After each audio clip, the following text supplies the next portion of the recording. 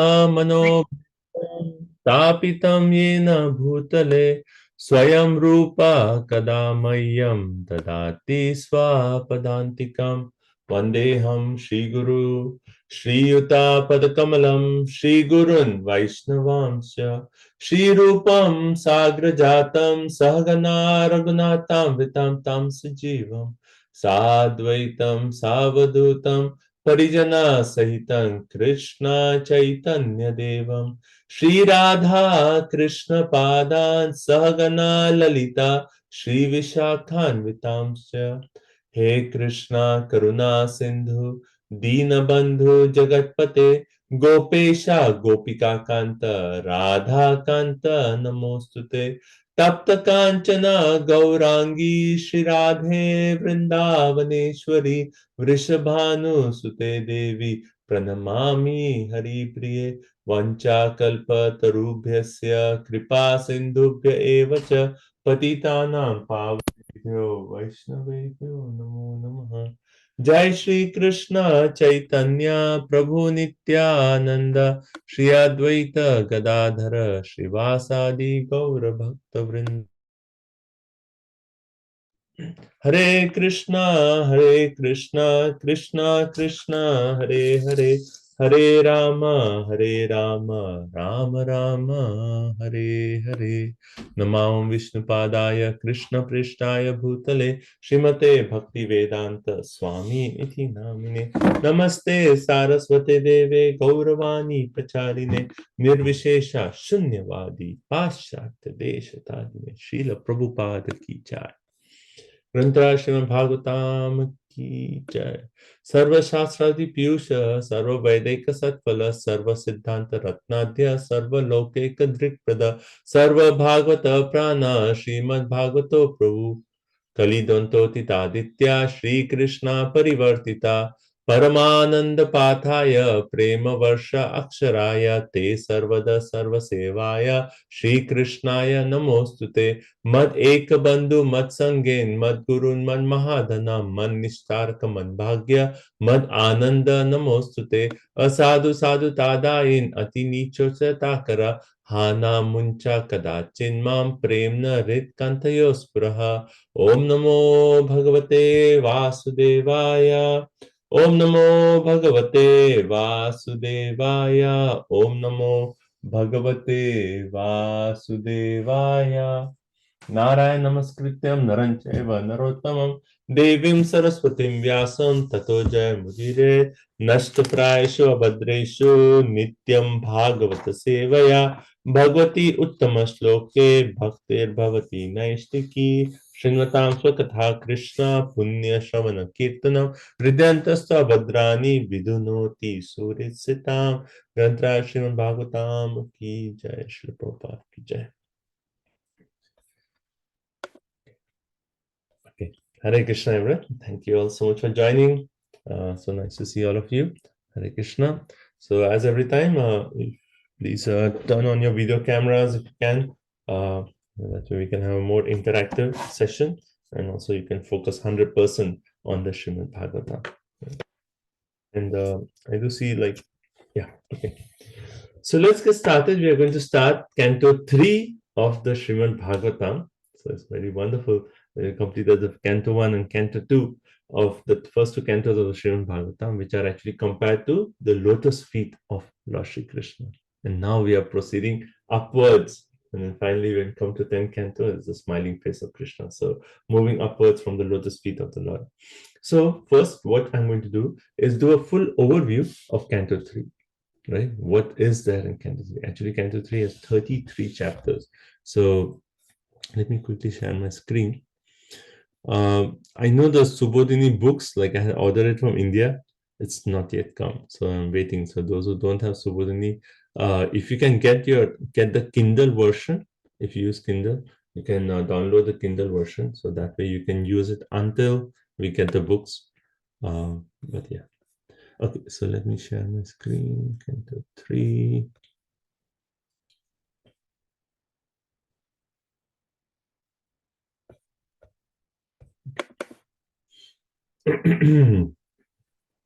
Anyone has any thoughts, any comments as I open my book here? Any questions before we start?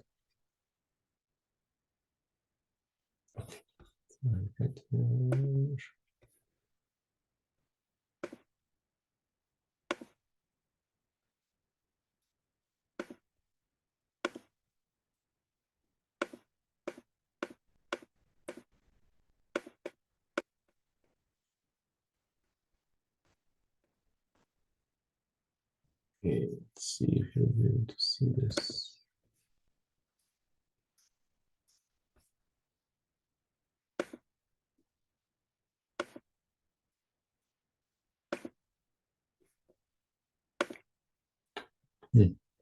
Okay, let me share my screen.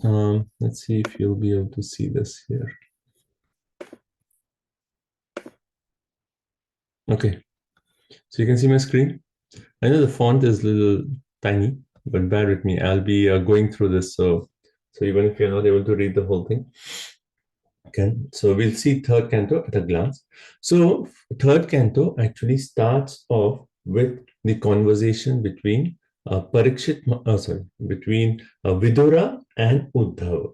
Okay, so now in the previous canto, towards the last, the 10th chapter, canto 2, 10th chapter, we see that after talking of the 10 topics of Srimad Bhagavatam, talking of Sarga and Visarga, then what does Sukadev Goswami tell Parikshit Maharaj? Okay, I have talked about these topics. Now, if you see in the entire day of Brahma, I mean, in the entire month of Brahma, there are 30 kalpas.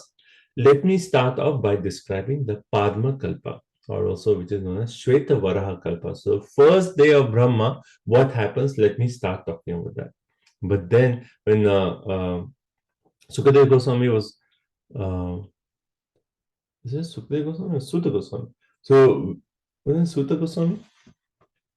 Anyway, so Sutta Yes, Goswami. Prabhu. Sutta Goswami, a conversation with Sonaka Rishi. So Sutta Goswami actually said that I will start off by describing Padma Kalpa, and then, yes, exactly. And then Shonakadi Rishi actually they said, yes, we want to hear about the Padma Kalpa, but first we want to hear about Vidura and Maitreya Samvad. And then they actually said, in the first canto, 13th chapter, you actually talked about this Vidura, how he actually left home and went for pilgrimage. We want to hear about that. And then when this request was made to Sutta Goswami, then Sukadev Goswami, he actually, Sutta Goswami is actually relating, actually even this conversation happened between Sukadev Goswami and Parikshit Maharaj. So I will actually start describing that part of the conversation between Sukadev Goswami and Parikshit Maharaj, where the conversation between Vidura and Maitreya Rishi actually took place. Right? So in that way, now we have come to the, so hence the Canto 3 starts off with the Vidura Maitreya Samvad, but before meeting Maitreya Rishi, Vidura meets who? Uddhav, right? So the first actually 4 chapters of the third canto is how the first chapter, what we are going to discuss today, how Vidura finally, how does he start his journey?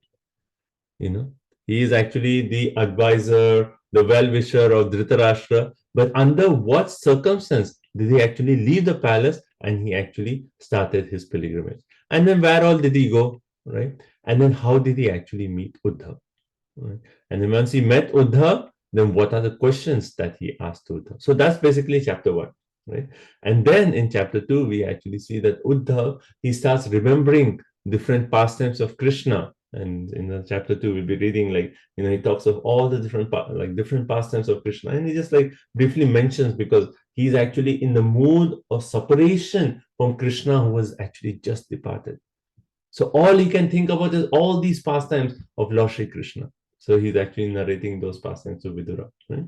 And then finally he comes to a point and he tells about the final pastimes of the Yadus, or the disappearance of the Yadavas. Right? So he talks about that, and then Vidura actually wants to hear more from Uddhav, and he actually starts asking questions. But then Uddhav says, actually, you should talk to Maitreya Rishi, because even he was present when Krishna actually gave me the knowledge. When the Krishna and Uddhav Samvad actually took place, Maitreya Rishi was present. Hence, you should go and you ask Maitreya Rishi. So then Vidura actually, he travels to Haridwar, and that's where he actually meets Maitreya Rishi. right? So that is the first 4 chapters of third canto. Then in chapter 5, we see Vidura meeting Maitreya Rishi, and then Vidura asking questions to Maitreya Rishi, right? And we see the same theme again and again. What did Parikshit Maharaj first ask question? He didn't ask about Krishna Lila. What did he ask? He asked topics about the creation. So similarly, we see Vidura, he asked Maitreya Rishi. He asked many things, and then he says, first, please speak to me about the Purusha avatars, right? Then Virat Rupa, Leela avatars. So basically, he talks about the topics of Sarga and Visarga. Very similar to the questions that Parikshit Maharaj asked Sukadeva Goswami in Canto 2, Chapter 8. So Sukadeva Goswami is narrating this Samvad because the questions that Vidura asked Maitreya is very similar to the questions that Parikshit has asked Sukadeva Goswami in 2.8. Right? Okay. So in that conversation, then we read so we have chapter 5, 6, 7, 8, 9, 10, 11, 12 is all about the topics of Sarga and Visarga that that Vidura is actually asking Maitreya Rishi, and Maitreya Rishi is giving the answer. Okay, so up to this is the first 12 chapters, and then if we move on to the next, okay, here, then in the Visarga aspect, we hear about how Brahma creates. He creates, the four Kumaras. He creates Rudra. Then he creates. He creates different personalities, the 10 sages and all that. And even after creating everyone, he is not successful in his task of creating progeny. Then he actually creates Swayambhuva Manu and Shatarupa. And then from these two personalities is where the progeny actually starts, right? Manu is the mankind, right? So from there, then the conversation starts. So he asks Swayambhuva, he entrusts Swayambhuva Manu with the task of creating progeny, and Swayambhuva Manu says, yes, I will do that, but first you should actually revive the earth, which has actually fallen into the lower Garbhodak ocean. So please help, do something, because the earth has actually sunk down to the lower areas. So you do something, and then you lift the earth. And once the earth is in place, then I will actually continue creating progeny. And then Brahma meditates, and from his nostrils comes who? Varahadev, right? And then we read from chapters 13 to 19, the pastimes of Lord Varahadev. So of the Dashavatar, we see that this is Varahadev is the first pastime which is elaborated in detail here. And then later on we'll read other Dashavatar. But here we have Varahadev, and then two different appearance of Varahadevs are actually mentioned. So that is up to chapter 19. Then it's important. So Swayambhuva Manu, 5 children. 3 daughters, 2 sons, right? And then we are just going to hear about each one of these 5 personalities, right? So that is Devoti, Asuti, Prasuti. Devoti, Akuti, Prasuti. And then there are 2 sons who is actually Uttanapad and Priyavrata, right? So now, third canto, we start off by discussing about Devahuti, right? Devoti, one of the daughters of Swayambhuva Manu, and how Devoti, how she gets married to Kardamuni, and how Kapila Dev is actually born, and then the conversation between Devahuti and Kapila Dev is actually from chapters number 25 all the way to 33. So first big philosophical chunk in the Srimad Bhagavatam, from 25 all the way to 33 is this conversation. So there are 3 kinds of yogas that Kapila Dev actually talks about. He talks of yoga itself, like Astanga Yoga. He talks of Jnana Yoga, and then he says that Bhakti Yoga establishes Bhakti Yoga as the highest, right? And in that we have the beautiful verses like Satam Prasanga, Mama Virya Samido, etc. Right? And that is third canto, right? So third canto is what? Starts off with Vidura and Uddhava, their samvad. Then it goes to Vidura and Maitreya. And in that conversation between Vidura and Maitreya Rishi, we hear about Sarga and Visarga topics. Those are actually up to chapter number 12, right? So chapter 5 to chapter 12 is Sarga Visarga topics, that discussion between Vidura and Maitreya. Then, when Brahma is actually starting to create progeny, then Swayambhuva, Manu, Shatarupa are created. But at the time, the problem is the earth is actually down in the lower areas, and that is because of Hiranyaksha. So we hear Lord Varaha pastime, chapter 13 to 19, and then we hear about the descendants of Swayambhuva Manu. So 5 children. So we start off with discussing of Devahuti. Then 4th canto, first chapter, we read about Akuti. Then after that, from chapter 2 to 7 of 4th canto, we hear of Prashuti. Then Uttanapa, then Dhruva Maharaj pastime, and then 5th canto, we come to Priyavrat Maharaj pastime. So this lineage is what we are going to discuss in the next few cantos. Okay, and then final section of 3rd canto is the discussion between Kapila Muni, Kapila Dev, and Devahuti. Okay, so this is the 3rd canto at a glance. Okay, any comments? Is this okay? Excited to dive into the nectar of the 3rd canto. So if you see first canto, how many chapters? 19. Second canto? 10. And now 3rd canto? 33 chapters. So it's a vast canto. But we are excited to start this journey. Okay, so let's start off with first chapter of the 3rd canto. So as I mentioned, in first chapter, we are just setting the scene of how Vidura is actually kicked out. Sorry, I shouldn't say kicked out. How Vidura actually leaves the palace, and then he actually comes and meets Uddhav. How did that actually happen? What were the circumstances under which Vidura actually decides to go on pilgrimage, and then how he comes to meet Uddhav, and then what was the initial questions that Vidura actually asked Uddhav? Okay. Let's start with text 1 of the 3rd canto, so 3.1.1. So do we have a list? I'll send it soon. Okay, so maybe who would like, maybe Vijaya Radhika Mate, you can start, and Vijaya Mate, you can start with that. You want to start Ratnarika Sanskrit. Text 1.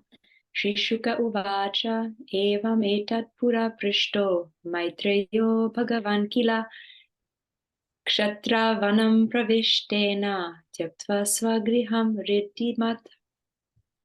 Hare Krishna translation. Sukadeva Goswami said, after renouncing his prosperous home and entering the forest, King Vidura, the great devotee, asked this question of his grace Maitreya Rishi. Okay, so we see in the Sanskrit where it says Evam Etat Pura Prishta, right? So formally this was asked. What was asked? The same questions that Parikshit has actually asked Sukadev in 2.8. Those same questions were asked by whom? And then it says Shatra. Shatra there actually refers to Vidura. And why is Vidura called Shatra? Actually, different meanings are actually given to this.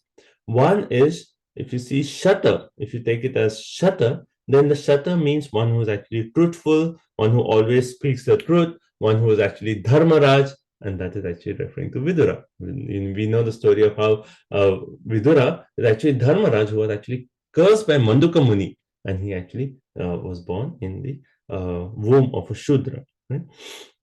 So first meaning of Shata is that he is actually truthful, for his integrity and wisdom. The second meaning of Shata is also referring to how he was actually cursed by Manduka Muni, and hence he was actually born in the womb of a Shudra woman. So that is also referring to Shatra. And the third meaning of Shatra is actually that one who actually belongs to the military tribe. So even though he was born in the womb of Shudra, he actually was belonging to the same class as Pandu and Dhritarashtra. Right? Okay.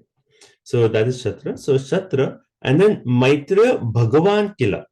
He has actually asked Bhagavan Maitreya. So we hear that normally Bhagavan is normally referred to the Supreme Personality of Godhead.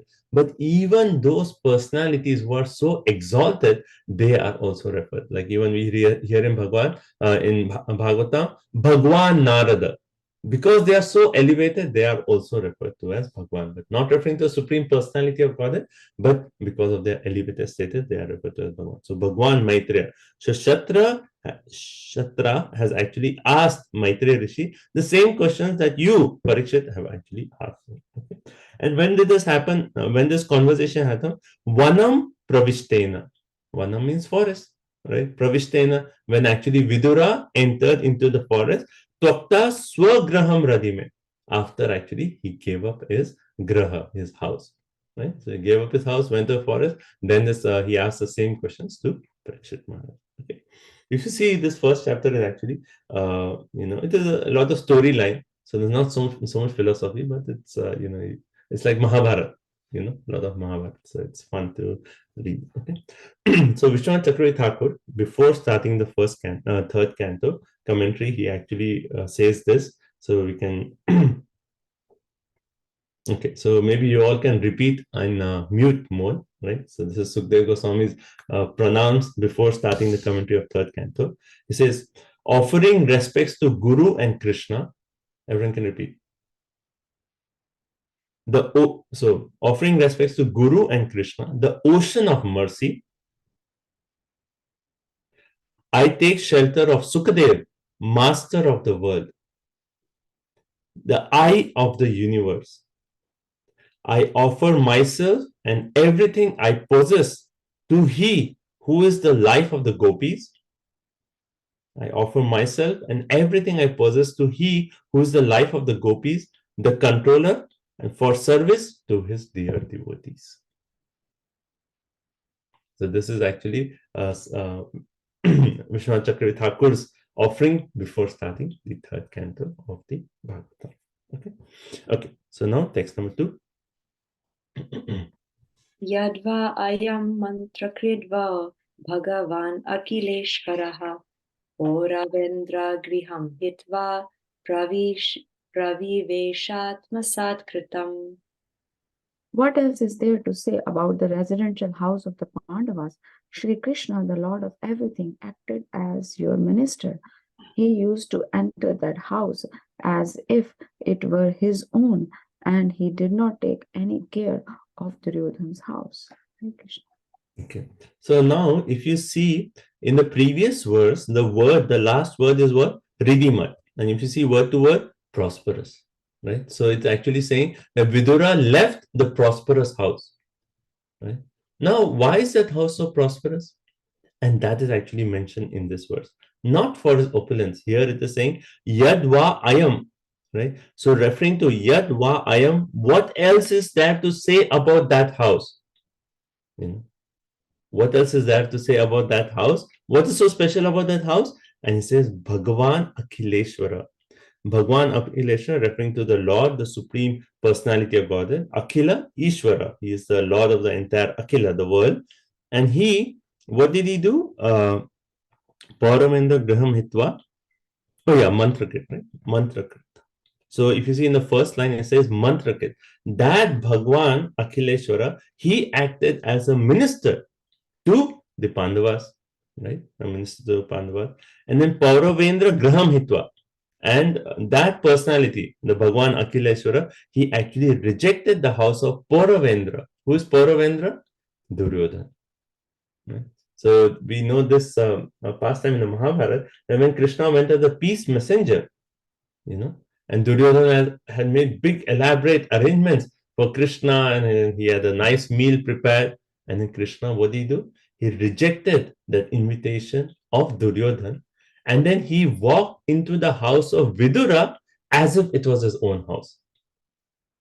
What more is there to say about that house? Where Krishna has considered that house as his own. And he walked into the house. And during that, we know the sweet pastime. Where Krishna went into the house of Vidura. At that time, even Vidura was not there. But his wife was there. Right? And then she was in so much love with Krishna. And then when Krishna came, she was actually peeling the bananas, right? And then offering the banana peel to Krishna. She was so much in love with Krishna that she was offering the peel, right? And then later on it's described that after Krishna left, then Vidura came and he was like, oh, Krishna came here. Krishna came to our house and I was not there. And then he asked his wife, so how did you serve Krishna? And she said, like, I served him many bananas. And then they looked behind, and all they saw is the actual banana without the peels. And saying, this is Krishna. He is Bhakta Vatsala. He actually just accepted the sweet offering of the wife of Vidura, right? And he walked into them without an invitation. What does that tell us? That house is as good as Krishna, if he considered it as his own house. So now the question is, why did Vidura leave that house, which is actually as good as Krishna, to go on pilgrimage? Right? So that is a question which will be answered in the next few verses. But that is a question to keep in mind. Right? So Pauravendra Grahamitva, Lord gave up the house of Duryodhana, and Pravishesha Atmasat. So Prabhupada elaborates on this word Atmasat, identify with oneself. So Krishna accepted that house of Vidura as oneself. That's why he actually entered it without an invitation. So Prabhupada in the purport, he actually says, this is our Achintya Bheda Bheda Tattva, Gaudiya Achintya Bheda Bheda Tattva. So Prabhupada says this is our speciality of our Gaudiya tradition, Achintya Bheda Bheda. And what is it? That anything that is actually directly connected with Krishna, which satisfies the senses of Krishna, is actually non-different from Krishna. So hence the abode where Krishna actually goes, Vrindavan, is actually non-different from Krishna.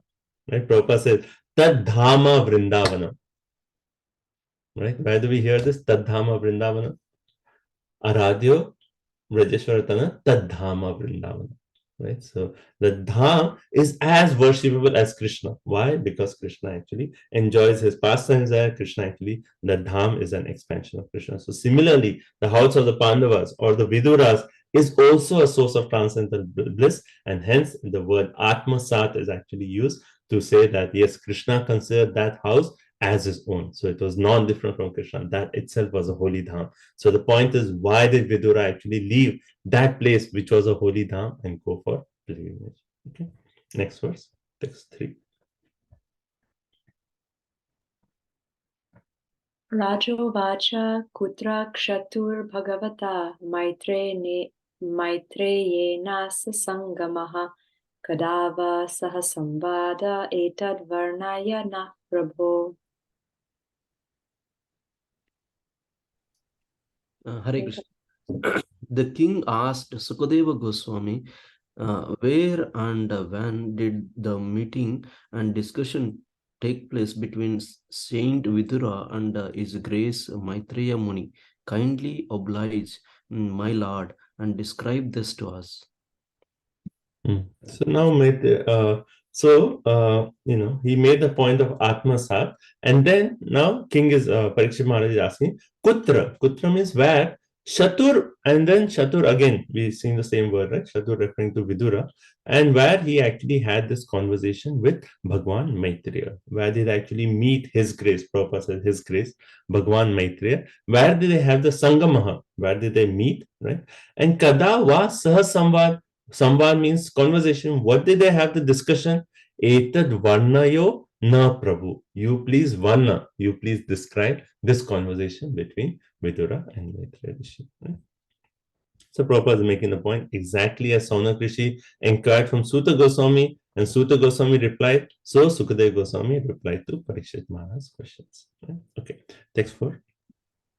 Nayal parto dayastasya vidurasya malatmanaha tasmin variyasi prashna sadhu vado pabrimhitaha. Translation, Srila Prabhupada. Saint Vidura was a great and pure devotee of the Lord, and therefore his questions to His Grace Rishi Maitreya must have been very purposeful, on the highest level, and approved by learned circles. Okay. Don't we see this pattern again and again? As soon as they're like, okay, I want to hear about this conversation. Why do you want to hear? And then hear, right? So Parikshit Maharaj is actually saying, why is he interested in this conversation to hear about Vidura and Maitreya? And he say, Nahi alpa artha. Right? Artha means of value. So this is not of any less important value. This is actually the most important. And he said, Vidura, and then he actually gives the glories of Vidura. right? And we see this pattern. Whenever these two glorification is there, the two personalities involved in the conversation are glorified. Because it said, if they both are devotees of the Lord, then certainly the topics that they are discussed is actually worth hearing. So here, Vidura, what is the quality as described? Amala Atmanaha. Amala Atmanaha means one who is without mala, means without fault. He is actually a pure saint, a pure saintly person. Right? And then Tasmin Varyeshe Prashnaha. Anyone can say this Varyesha Prashnaha. Where did we hear this? Something like this before? Varyanesha te prashna. Yes. Nice. You are learning the second canto verses. So 2.1.1, what does Sukadeva Goswami say? Varyanesha te prashna. Right? Similar. Varyan, same word we are seeing here. Varyasi prashna. Right? And 2.1.1, actually, Sukadeva Goswami tells Parikshit Maharaj that your questions are glorious. And then what do he say? Krita lokam hitam nipa. This is actually for the benefit of all. And then he says, Atmavat samata pumcham. And this is approved by all transcendentalists. So similarly, we see here, and then he says, Varyashe Prashnaha, best questions, Sadhu Vado Pabrimitam. Sadhu Vada. This is actually relished by the sadhus or the saintly person. This is approved by the transcendentalists. So similar to 2.1.1, where we read about Atmavit Samata Pumsam, that is approved by the Atmavits. Similarly, we hear that it is actually, this topic is approved by the Sadhuvada, and hence you please speak about these topics. Okay. So Prabhupada in the purport, he actually makes a point, like question and answers among different classes of men have different values. So either, Prabhupada says like how even the birds, they get up in the morning and then they make their sound and they are asking, where is food? Where is food? Or where is opposite sex? That's their question, right? And then similarly, the merchants get up in the morning. What do they say? Bhav kya hai? In India, it is very common. They say bhav kya hai? That basically means they ask, what is the price today? Did the stock market go up or down? That is their questions they ask. So how is it different from the birds chirping in the morning? What is the difference? But then Prabhupada is actually saying, but the real questions are those which actually take place between the devotees of the Lord. And Prabhupada made such an excellent point. Why did Krishna select Arjun to be the recipient of the knowledge of Bhagavad Gita? Bhakto asi me sakha cheti, right? Because he's my friend and also a devotee. And hence, naturally, Bhagavad Gita is all about devotion and hence is worth hearing. So similarly, so Prabhupada is making the point. So different levels of people ask questions. By the question a person asks, we can know what is their level of consciousness. And we have this experience, like we meet different people and then, some people, they see Bhagavad Gita and say like, how do you know God exists? Then it shows their mentality, that their consciousness is at the level that they don't even have faith that God exists, and hence they have the question. Or someone may ask a different question. So based on the questions, you can know what is the consciousness of a person. Now, Prabhupada in the purport also, he talks about karma yoga, and he actually relates karma yoga to bhakti. Right? He says, karma yoga is action performed by the devotee for the satisfaction of the Lord. So even in Bhagavad Gita, we see this, that Krishna relates the term karma yoga to bhakti yoga. Right? Actually, how Prabhupada explains Bhagavad Gita, throughout Bhagavad Gita, he's just talking about bhakti yoga. And that is Krishna's this intention, that he's actually saying how karma yoga leads to bhakti. So Prabhupada and Prabhupada is saying karma yoga and bhakti yoga. When that karma yoga, we are actually not attached to the results and we are offering that results to Krishna. We are working for the satisfaction of Krishna. Then that karma yoga is non-different from bhakti yoga.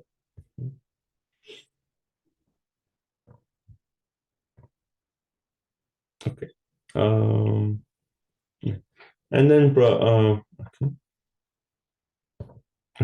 And then here, Prabhupada is also saying that Maharaj Parikshit was serious about learning the science of God, and hence he actually asked to hear about this conversation, because he knew that both of them are elevated personalities. So certainly they're going to talk of devotion, and I want to know more about bhakti. Hence, I'm actually interested. The more serious we have to hear this science of God, the more we can actually absorb the nectar of this knowledge. Okay, text 5.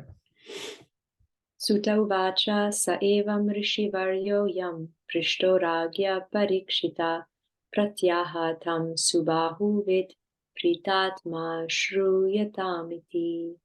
Sri Suta Goswami said, the great sage Shukadev Goswami was highly experienced and was pleased with the king. Thus, being questioned by the king, he said to him, please hear the topics attentively. So, see, like first 4 verses are what? It's conversation between who? Sukadev Goswami, Parikshit Maharaj. Now we are zooming out. And Suta Goswami is actually saying now, so Suta Uvacha. And he's saying, Rishi Varya, that best of all sages. Who is that? Sukadev Goswami. Rishi Varya, Prishtaha, having been questioned by Ragya, the king, Parikshit Maharaj. Then it actually says that Sukadev Goswami being Prita Atma, being fully satisfied with what? With Parikshit Maharaj's inquisitiveness to know more about the science of God. So when a disciple actually asks genuine questions about how to progress in bhakti, to know more about bhakti, when he actually asks these questions, then the spiritual master, being pleased at the inquiry, he actually gives the answers. Right? Tadvidi paripatena pariprashnena sevaya. Important aspect of a disciple is to ask the right questions to the spiritual master. And then Sukadeva Goswami, and then here is saying, thus being questioned, he said, Shruyatam, you hear this topics attentively. So now further, again we are coming back to Sukadeva Goswami. Okay, so continue. Sri Shuka uvacha yada tu raja svasutana sadhun pushnanna dharmena vinashta drishtihi bratur yavishtas yasutan vibandhun praveshya laksha bhavane dadaha. Sukadeva Goswami said, King Dhritarashtra became blind under the influence of impious desires to nourish his dishonest sons, and thus he set fire to the lacquer house to burn his fatherless nephews, the Pandavas. So now we are going to read about the atrocities that Dhritarashtra actually committed against the Pandavas. Right? So now, okay, so let's talk about this, maybe just to have a little discussion. What are the main atrocities you can think about that Dhritarashtra did to the Pandavas? Mahabharata. And we'll see next few verses. Yes, Ru? Bhima was poisoned. Yeah, Bhima was poisoned. Okay. Try to burn them alive, yes. Yes, try to burn them in the house of lac. Okay. Draupadi, yeah, that is actually one of the most intense, most atrocious, that he actually was there in the assembly and he did not stop the disrobing of Draupadi. That's like the worst. Okay. Anything else? killing sons, Draupadi's sons. That's hard. No, that is later on, right? After the war of Mahabharata. But Dhritarashtra, he personally. They were exiled to the forest. Yeah, the gambling match, all those things. So we are going to read about those in the next few verses. So in this verse, we actually read about what? Lakshagraha, right? You have heard this word Lakshagraha, the house of lac. So here we see the same. Laksha, lacquer, bhavane, in the house. And dadaha, set on fire, right? So here it says, Sri Shuka Vacha, that Raja here referring to Dhritarashtra, Swasutan, for his own sons, what was his behavior? Asadhun, dishonest, dharmena, and then vinashta drishti. So Prabhupada talks about this word, vinashta drishti. So we have heard this in Bhagavad Gita also, that Dhritarashtra was not only blind from vision, from his eyesight, but he was also spiritually blind.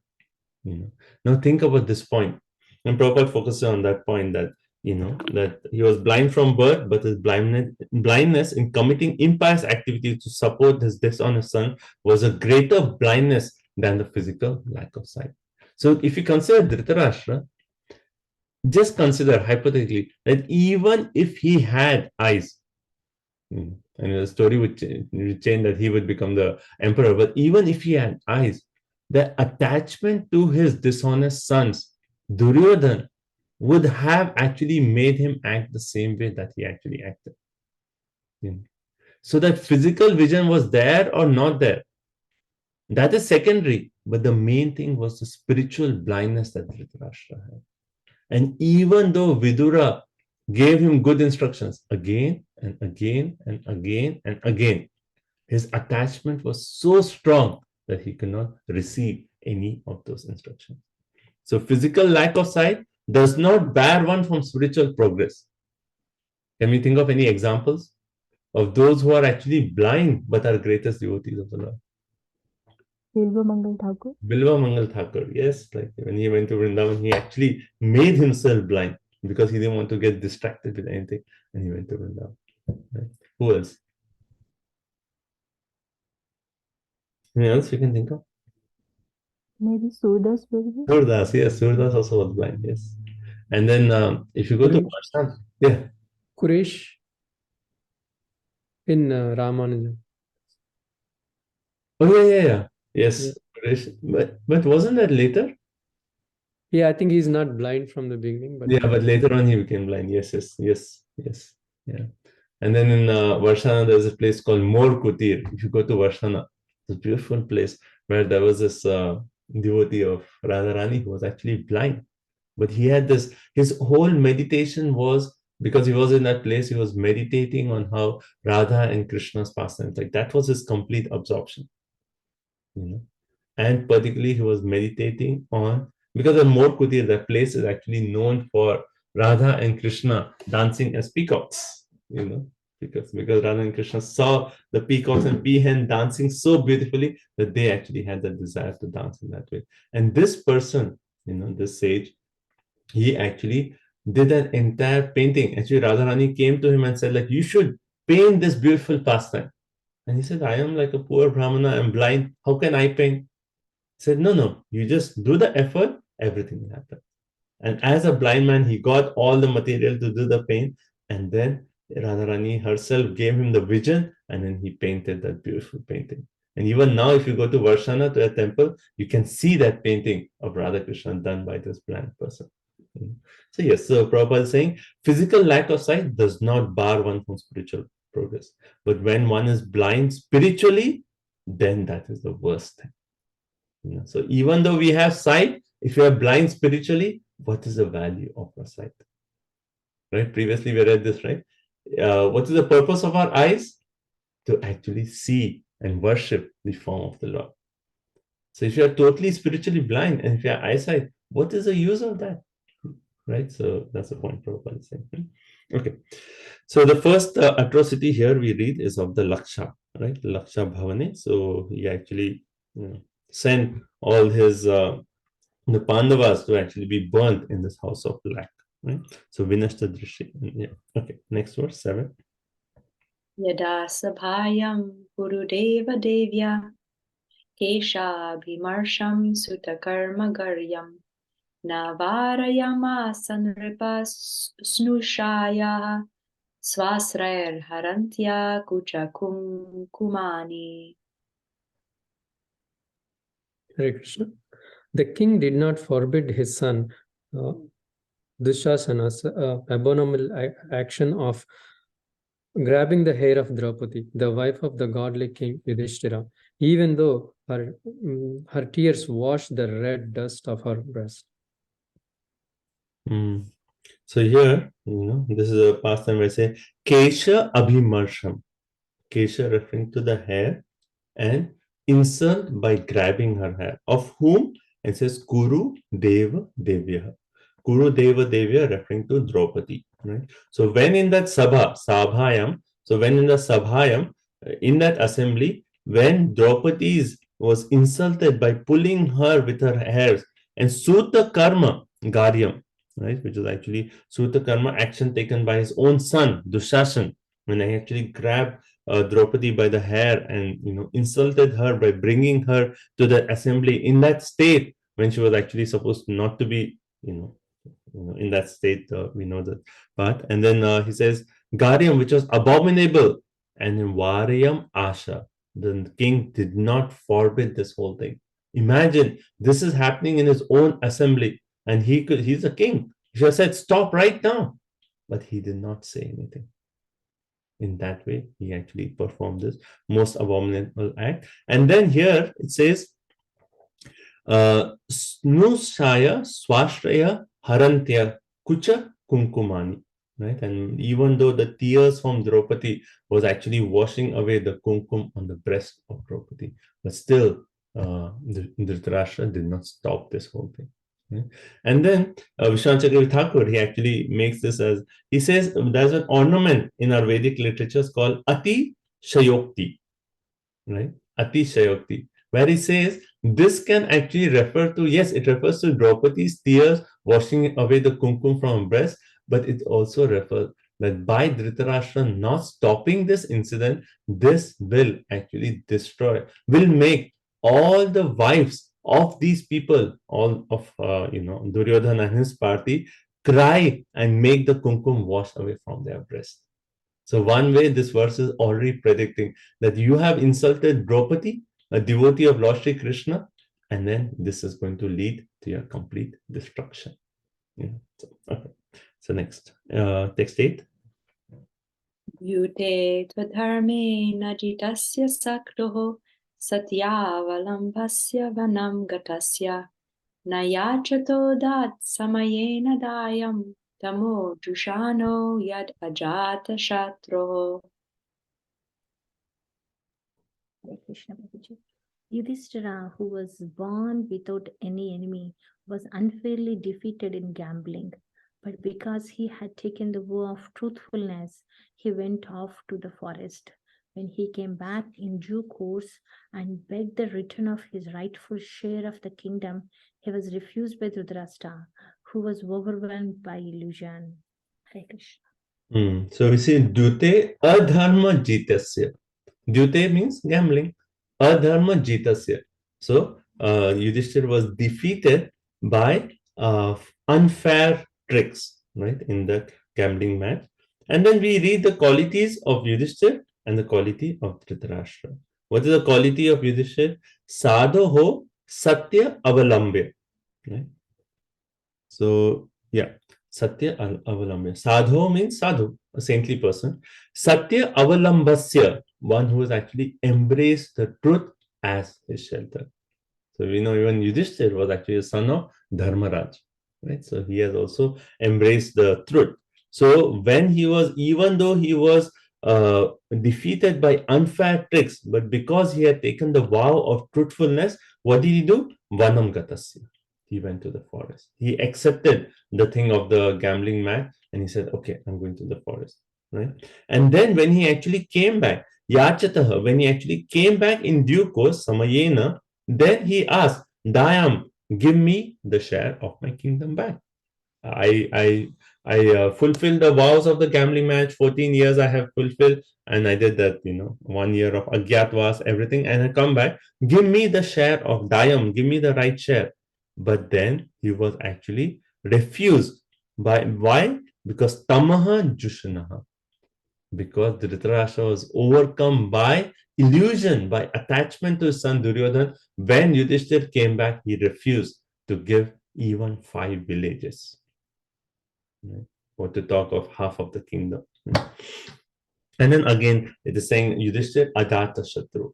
Whenever we hear Yudhishthira, we hear the word Ajata Shatru, one who is actually born without any enemies. So Yudhishthira, there are no enemies. He never sees anyone as his enemy. Okay. Yeah. So Prabhupada is actually making the point in the purport that the Pandavas, they said, okay, at least give us 5 villages. But what did Duryodhana say? I would not give even enough land to actually put a pin, a needle inside. And after that, the battle of Kurukshetra was inevitable. Next, text 9. So as I said, this is like, first chapter is all this like Mahabharata stories we are here reading. Right? Okay. Text 9.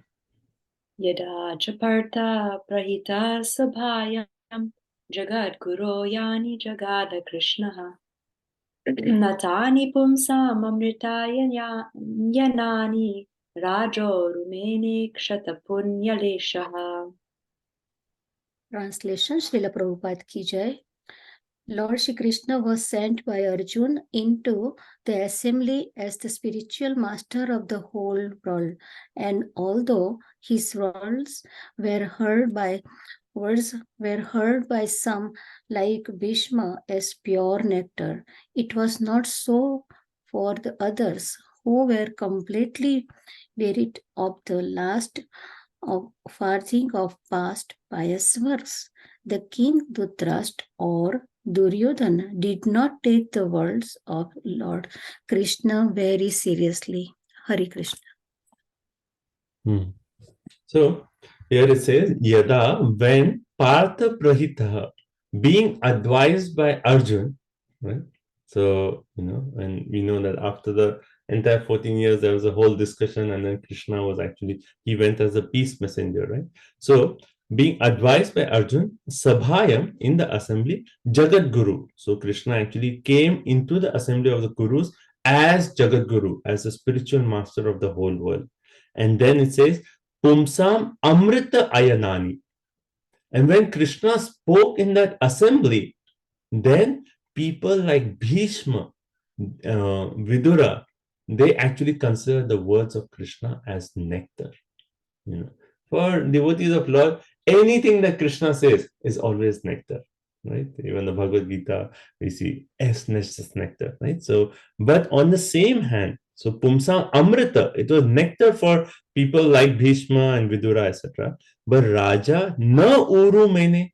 But the Raja, the king Dhritarashtra, he did not. Dhritarashtra and Duryodhana did not take the words of Krishna seriously. Why? Because it says Shata Punya Leshaha. Because their pious credits were all dwindling. So even though, we may actually speak Bhagavad Gita or distribute Bhagavad Gita, but people, if they do not have any pious credits, they may hear the knowledge, but nothing, they will not take it seriously. And we see often, right? We do wherever there's big katha going on, so many people will come. And some of them hear it, it'll go for 1 year, come out through the other year. Or they'll come through 1 year and say, oh yeah, very nice, but I don't want to transform my life. Right? Why? Because there's no piety in them. And here it is saying, because Dhritarashtra and Duryodhana, all their piety was actually dwindling. Hence, they did not take the words of Krishna seriously. And what is a sign that their piety is dwindling? That means that very soon they're going to lose their kingdom, their opulence, everything. There's another sign that very soon everything is going to be finished. Okay. And then Prabhupada, we can think about this point. So here it says, Partha Prahita. Advised by Arjun, Krishna came as a peace messenger. So what will Prabhupada talk about in the purport? As a devotee of Lord Shri Krishna, as How Krishna loves to serve his devotees. yes, exactly. So you can see Prabhupada's mentality. He would naturally talk about how Krishna is Bhakta Vatsala and how he actually loves to serve his devotees. And then just for his devotees, Pandavas, he actually acted as a peace messenger. And to take the position of a messenger or to take the position of a chariot driver, that's actually very low. Messenger and chariot drivers are actually considered very low. But Krishna accepted this. Right? In first canto, 16th chapter, 16th verse, we hear similarly about this point, right? Sarthe Parshada Sevana Sakya Dautya. Remember this verse? Or is first canto like something that happened in previous lifetime? So in that first canto, 16th chapter, we read Sarthaya. That means as a chariot driver, Parshada, like a messenger, Sevana, Saukhya, Dotya, Virasana, Anugama, Stavana, Pranaman, Stingeshu, Pandeshu, Jagat Pranetam Cha Vishnu, Bhaktin Karoti, Na Pratis Charanaravinda, where it actually says, this is actually Parikshit when he was traveling everywhere. He was hearing about the love of Krishna to his, grandparents, right? And that's why it is described how Krishna, he loved his grandparents so much that he acted as a messenger, chariot driver. He actually stood as a watchman at night and in that way he reciprocated as Bhakta Vatsala.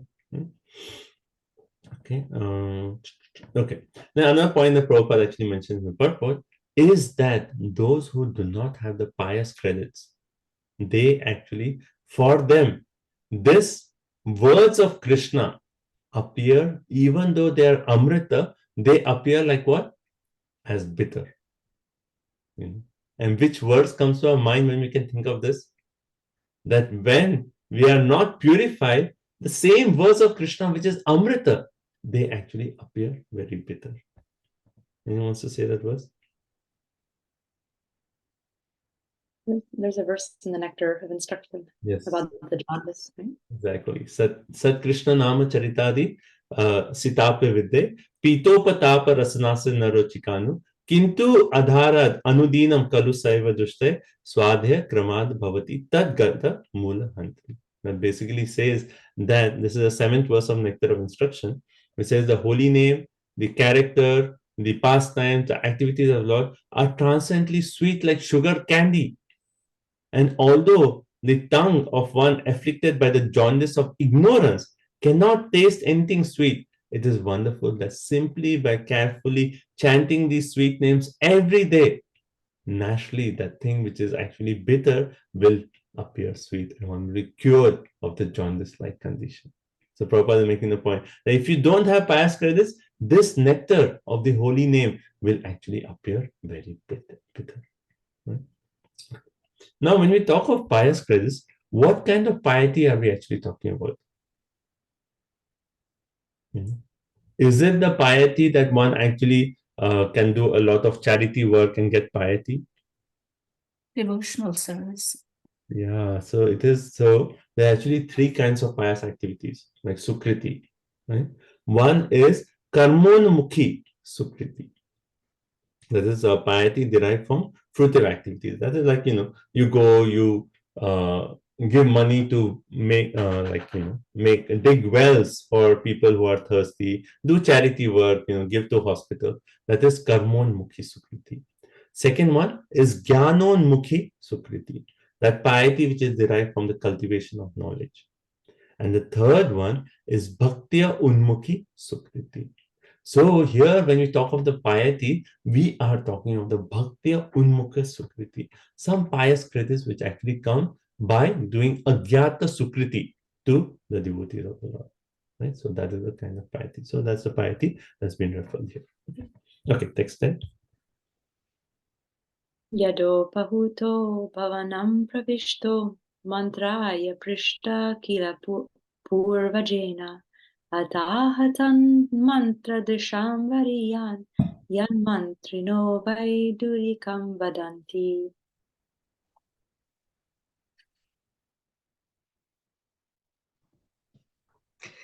When Madhura was invited by his elder brother Dhritarashtra for consultation, he entered the house and gave instructions which were exactly to the point.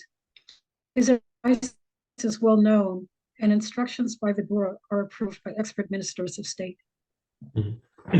So now, up to this point, we have read of different atrocities that Dhritarashtra performed against the Pandavas. Now we are reading that Yada, when Upahuta Bhavanam, so when he was actually called for in the palace, Pravishta, this is actually Vidura, when Vidura was called into the palace for what? Consultation, right? Consultation, because Vidura was the advisor of Dhritarashtra when he was called for consultation by Purvajena, by his elder brother, right? Then mantra Drisham Varyan. He came and he gave advice. And what are the 2 qualities of the advice? Varyan. Didn't we just read the word Varyan before? The best. He gave the excellent advice. And then Drisham, just suitable to the time, place, and circumstance. He gave the best excellent advice, which is just suitable to the time, place, and circumstance. And his advice is so wonderful that those who are mantrina, those who are ministers of state or expert politicians, they actually still say, oh, Vidura's advice is so good that they actually call it as, oh, these are words of Vidura.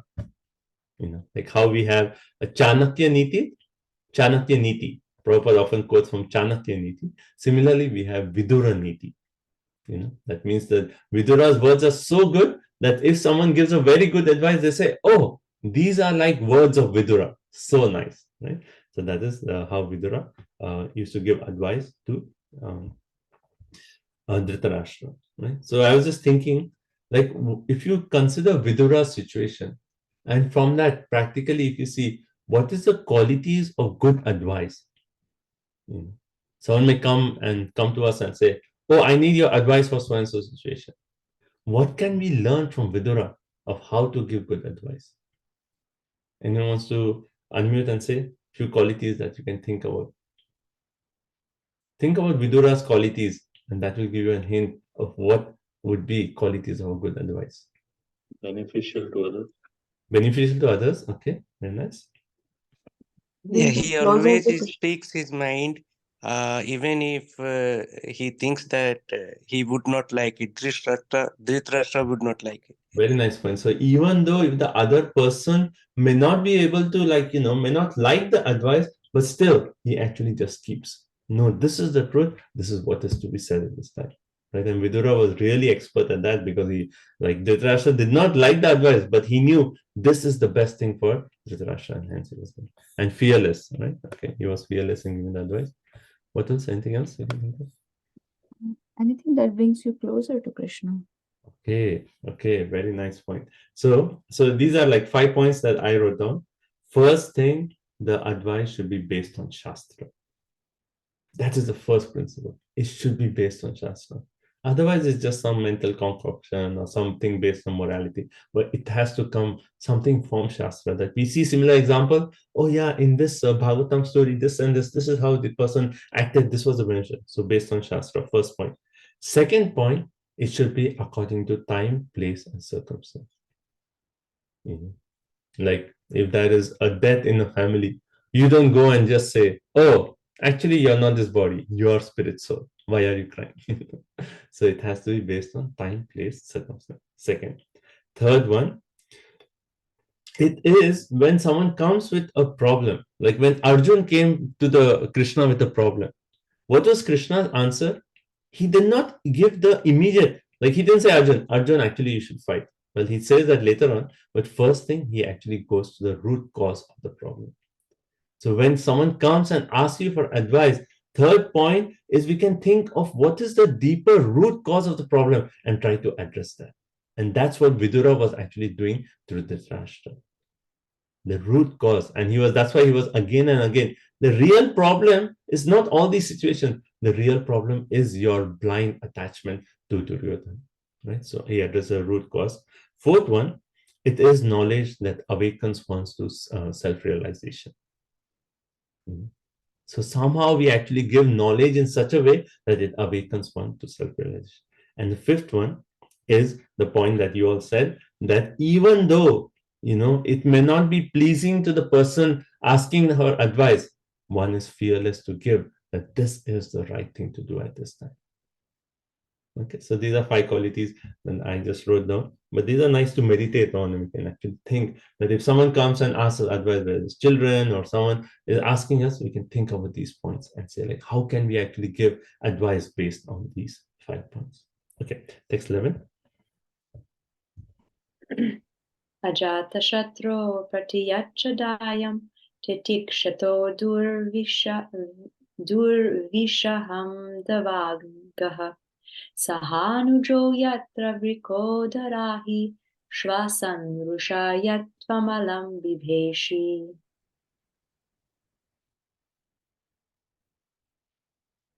Vidura said, you must now return the legitimate share to Yudhishthir, who has no enemies and who has been forbearing through untold sufferings due to your offenses. He is waiting with his younger brothers, among whom is revengeful Bhima, breathing heavily like a snake. Surely you are afraid of him. Okay. So what is Vidura's advice? He says, Praticha Dayam. Daya, we read that word before also. Daya means return the legitimate share of the Pandavas. Give it back, And then what are the reasons he gives? One, he says, Ajata Shastra. You are dealing with whom? Ajata Shastra, Yudhishthir, who is so glorious that he has no enemies. Then Titiksha, they have been, these Pandavas have been actually so forbearing to all your unbearable agaha, durvisham agaha offenses. They have been forbearing to all your unbearable offenses, right? And then the next point he says, along with the younger brother, among whom is the Vrikrodhara. Who is Vrikrodhara? Bhimsen, right? Among them, among his Yudhishthira's younger brother is Bhim. And what is the situation of Bhim? Ahi Swashan. He is breathing heavily like a snake, who is ready to take revenge. He is breathing heavily. Tvam alam bibeshi. Aren't you afraid of Bhima? Return the kingdom back. Aren't you afraid of the power of the Pandavas? And we know that during that gambling match, Bhima, he actually took 3 terrible vows. What was the first vow? He said he would actually tear open the heart of Dushasana and drink the blood from the heart of Dushasana. Second thing, he said he'll break the thighs of Duryodhana. And third thing, I'll kill all the 100 sons of Dhritarashtra. And then he says, I take the vow that I will not show my face to my forefathers until I fulfill these 3 things. And Dhritarashtra was right there in the assembly. He heard these vows.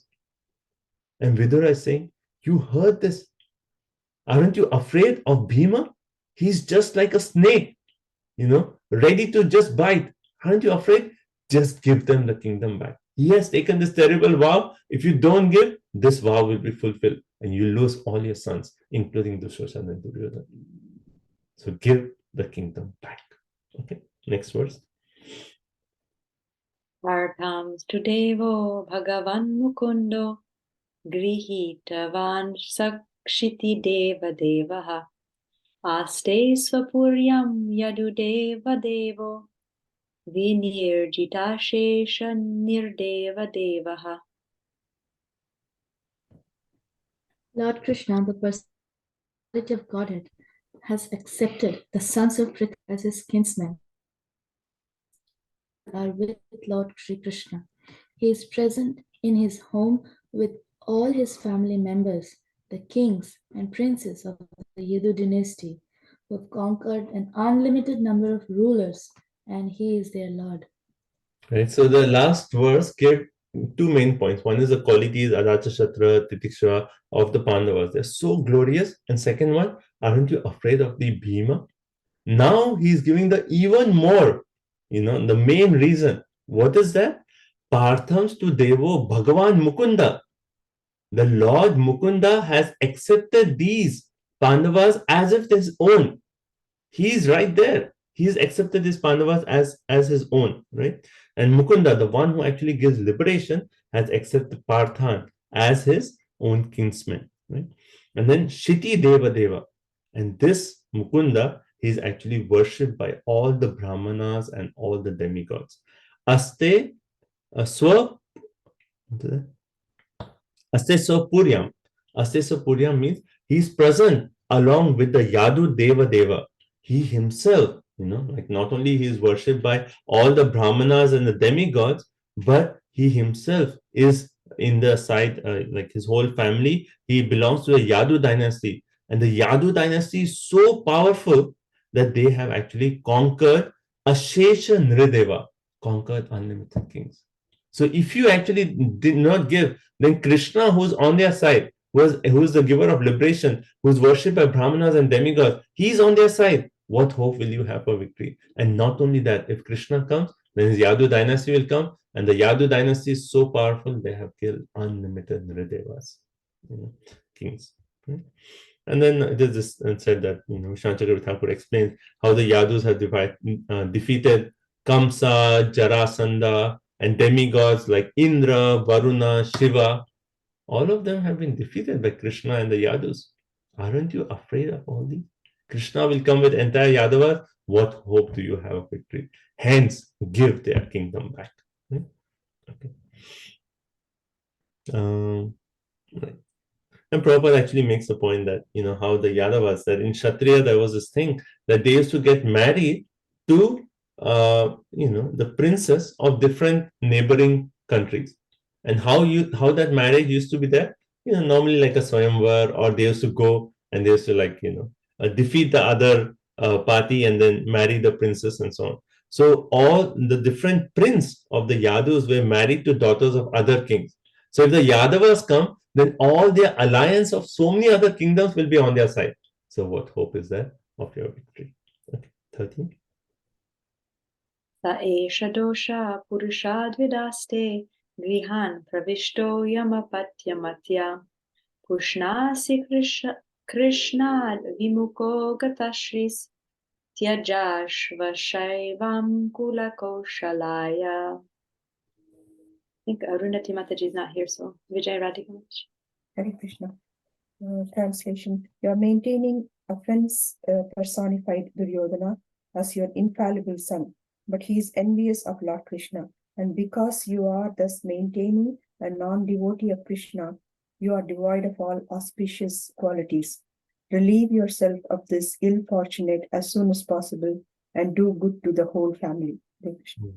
So up to this point, when Vidura actually spoke, he said, give their kingdom back, Then Dhritarashtra is again, because of attachment to Duryodhana, he's saying that, but my son will not like this. My son will not this. To answer Dhritarashtra, because Vidura knew the mind of Dhritarashtra, and he knew that now Dhritarashtra is saying, Duryodhana will not like it. Then what does Vidura say? He is your son Dhritarashtra, sir. Sir, Esha, Doshaha. Your son is what? Doshaha, offense personified. Imagine he's thinking what will Duryodhana think? He's saying your son is offense personified. And not only that, he is Purusha Dvit. He is envious of Lord Shri Krishna. And then Pravishtaha, he is actually not only externally entered, offense personified, the person who is envious of Krishna, not only has externally entered your house, but internally he has actually entered your mind and your intelligence, and hence you cannot think. If your offense personifies and entered your mind and intelligence, you're using your mind and intelligence to think, but you are not able to think because offense personified actually entered your mind and intelligence. Hence, listen to my advice, because your intelligence is now covered. Right? And then he says, Pushnasi Krishat Vimukaha. Krishnat Vimukaha. Vimukaha means one who is opposing. He said, you are Pushnasi, you are actually maintaining the opposite of Krishna, and you have become Gata Shri. You have become devoid of everything auspicious. Hence, give up your son itself. Relieve yourself of this ill fortune as soon as possible and do good for the whole family. Give up Duryodhana, and then you will actually be doing good for your entire family. Right? So before this verse, what is the point? That Dhritarashtra saying, oh, but how Duryodhana will not approve? Saying, give up Duryodhana. Why? Because he's all these reasons. Offense personified, envious of Krishna, he's Krishnat Vibhukaha, right? And he is the cause of all inauspiciousness to you. Therefore, Tyaja Asu. Asu means as soon as possible. Where do we hear the word Asu? Janayati Asu Vairagya. Very nice. Janayati Asu, Vasudeva Bhagavati, right? So Tyaja Asu, give up this as soon as possible, right? And this will be Kaushalya. It will be good for your entire family. But then, Dhritarashtra, what is he thinking now? If I give up my son, isn't that a black spot to the entire family? Everyone will speak, oh, you give up his son. And to that, Chanakya Pandit, Prabhupada quotes from Chanakya Pandit, he actually says, there's a verse which says, Tyajas ekam kulas yarthe, gramas yarthe kulam tyajet, gramam jana padas yarthe, atmarthe prithvim tyajet. So this verse is actually saying that if the son is corrupted, then better give up the son for the benefit of the family. If the family is corrupted, give up that family for the benefit of the village. If the village is corrupted, give up that village for the benefit of the country. But then finally it says, Atmarthe Prithvim Tyajet. For the benefit of the soul, give up the whole world. So that's one of the shlokas. It comes in Mahabharata also. But that's the point Prabhupada is saying. If he's thinking that, oh, if I give up my son, what kind of father I am? He's saying, give up the father for the kushala, for the benefit of the whole family. And there's nothing wrong in doing that. Giving up the son for the benefit of all family, giving the family for benefit of village, and giving up the village for the benefit of the country. Yeah? And also Prabhupada talks, a good son is called apatya. Apatya means one who actually saves the father from hellish conditions. Because if a son goes, he does this pindadan, and that way, even if the father is fallen, the father gets liberation, right? So, but in the case of Dhritarashtra, if he's saying that he is my son, he will offer pinda to me or he'll liberate me, he's saying that person himself is offense personified. And if he's against, if he's Vimukha Krishna, why will he do any kind of pinda for you? So forget all those, just give up your son, Asu, right now. Okay.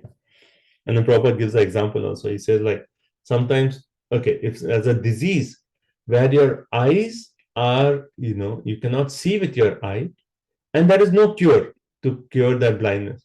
At the same time, if the eye is constantly giving you pain, if there's no cure to take away the blindness, at the same time, the eyes is always giving you pain, it's better you take out that eye.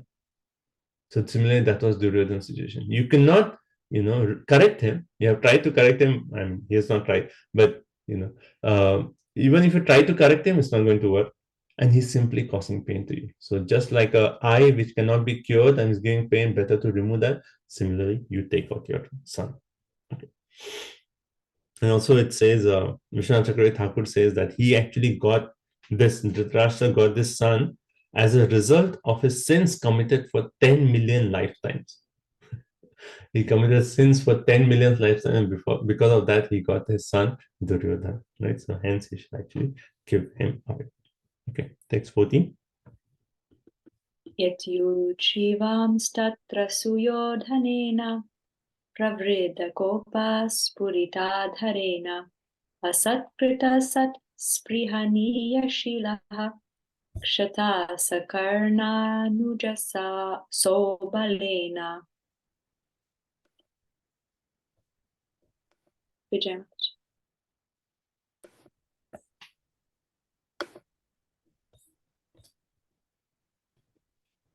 While speaking thus, Vidura, whose personal character was esteemed by respectful persons, was insulted by Duryodhana, who was sullen with anger and whose lips were trembling. Duryodhana was in the company with Karna, his younger brothers, and his material uncle Shakuni.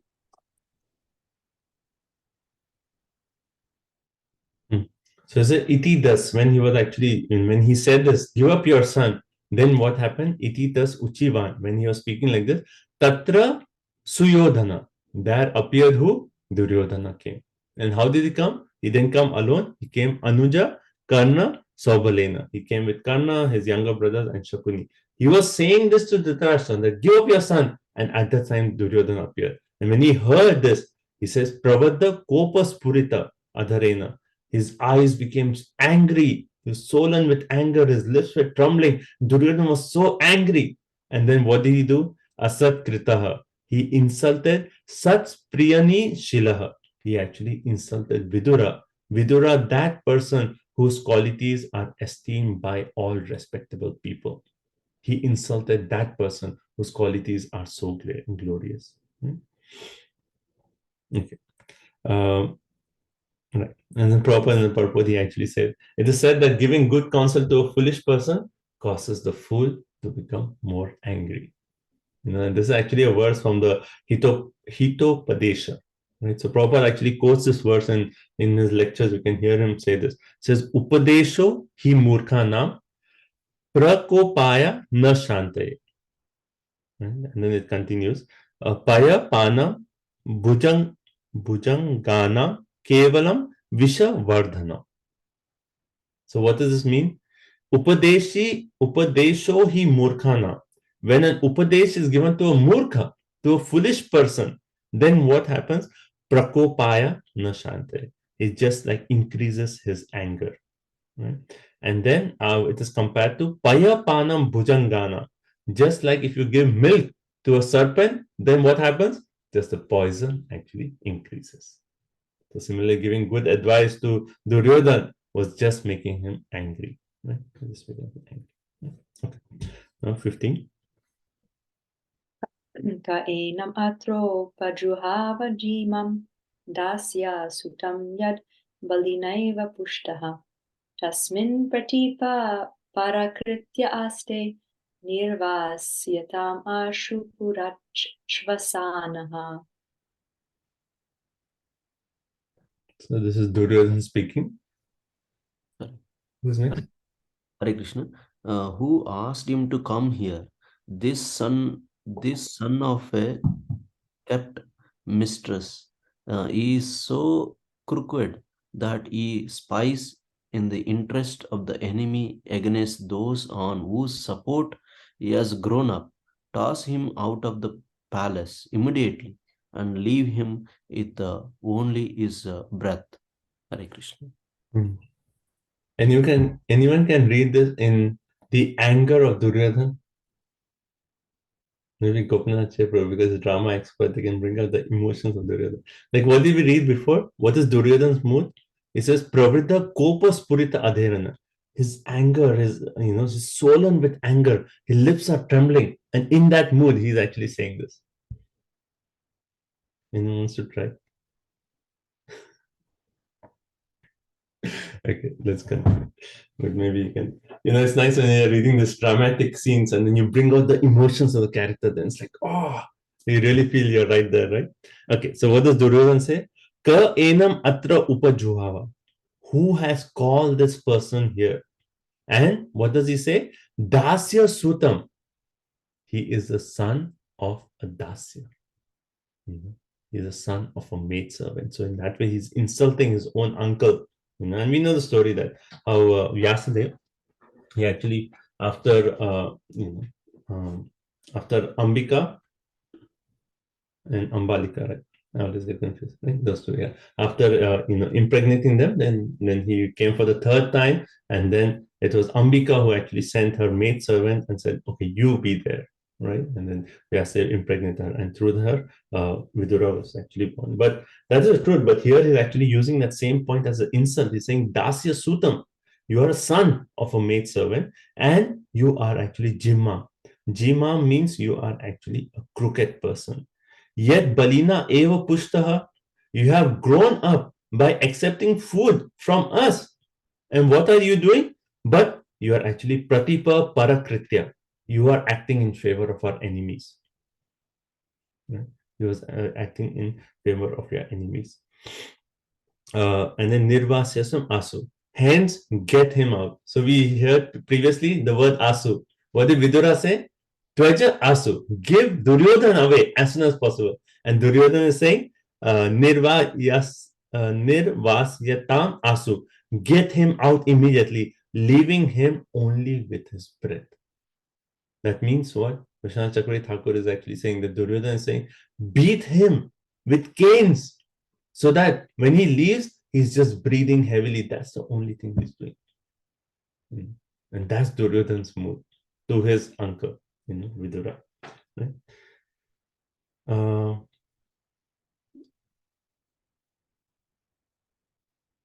Okay. And then Prabhupada in the purport, he talks about, how when these Kshatriya princesses are married, then they come with so many like dasis, servants. And sometimes these servants get very close to the king or the prince, and then they have child. So he says that such children are called dasi putras. Right? But Vidura, he said, was a great friend and philosophical advisor to Dhritarashtra.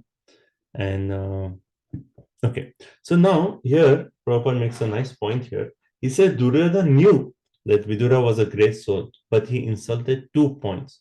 One is the birth, and second is his loyalty to the Dhritarashtra, to the Kuru dynasty. And these two were actually the true character of Vidura. I mean, like, even though he was born of Shudra, he was actually Dharmaraj. He was a very great soul. And he was loyal, completely loyal to this. But Duryodhana is actually saying, you're an infidel, you're supporting Yudhishthira. And if possible, he would like him caned until he left out with nothing but his breath. Right? And Prabhupada says, see how this diplomacy, this politics actually works. Even a faultless person like Vidura is actually charged with something so abominable and is actually punished. Right?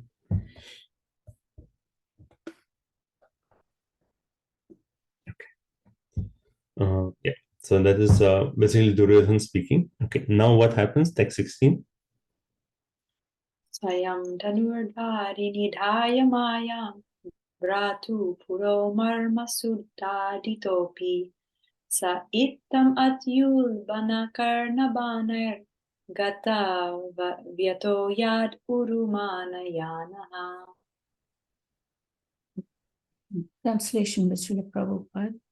Thus being pierced by arrows through his ears and afflicted to the core of his heart, Vidura placed his bow on the door and quit his brother's palace.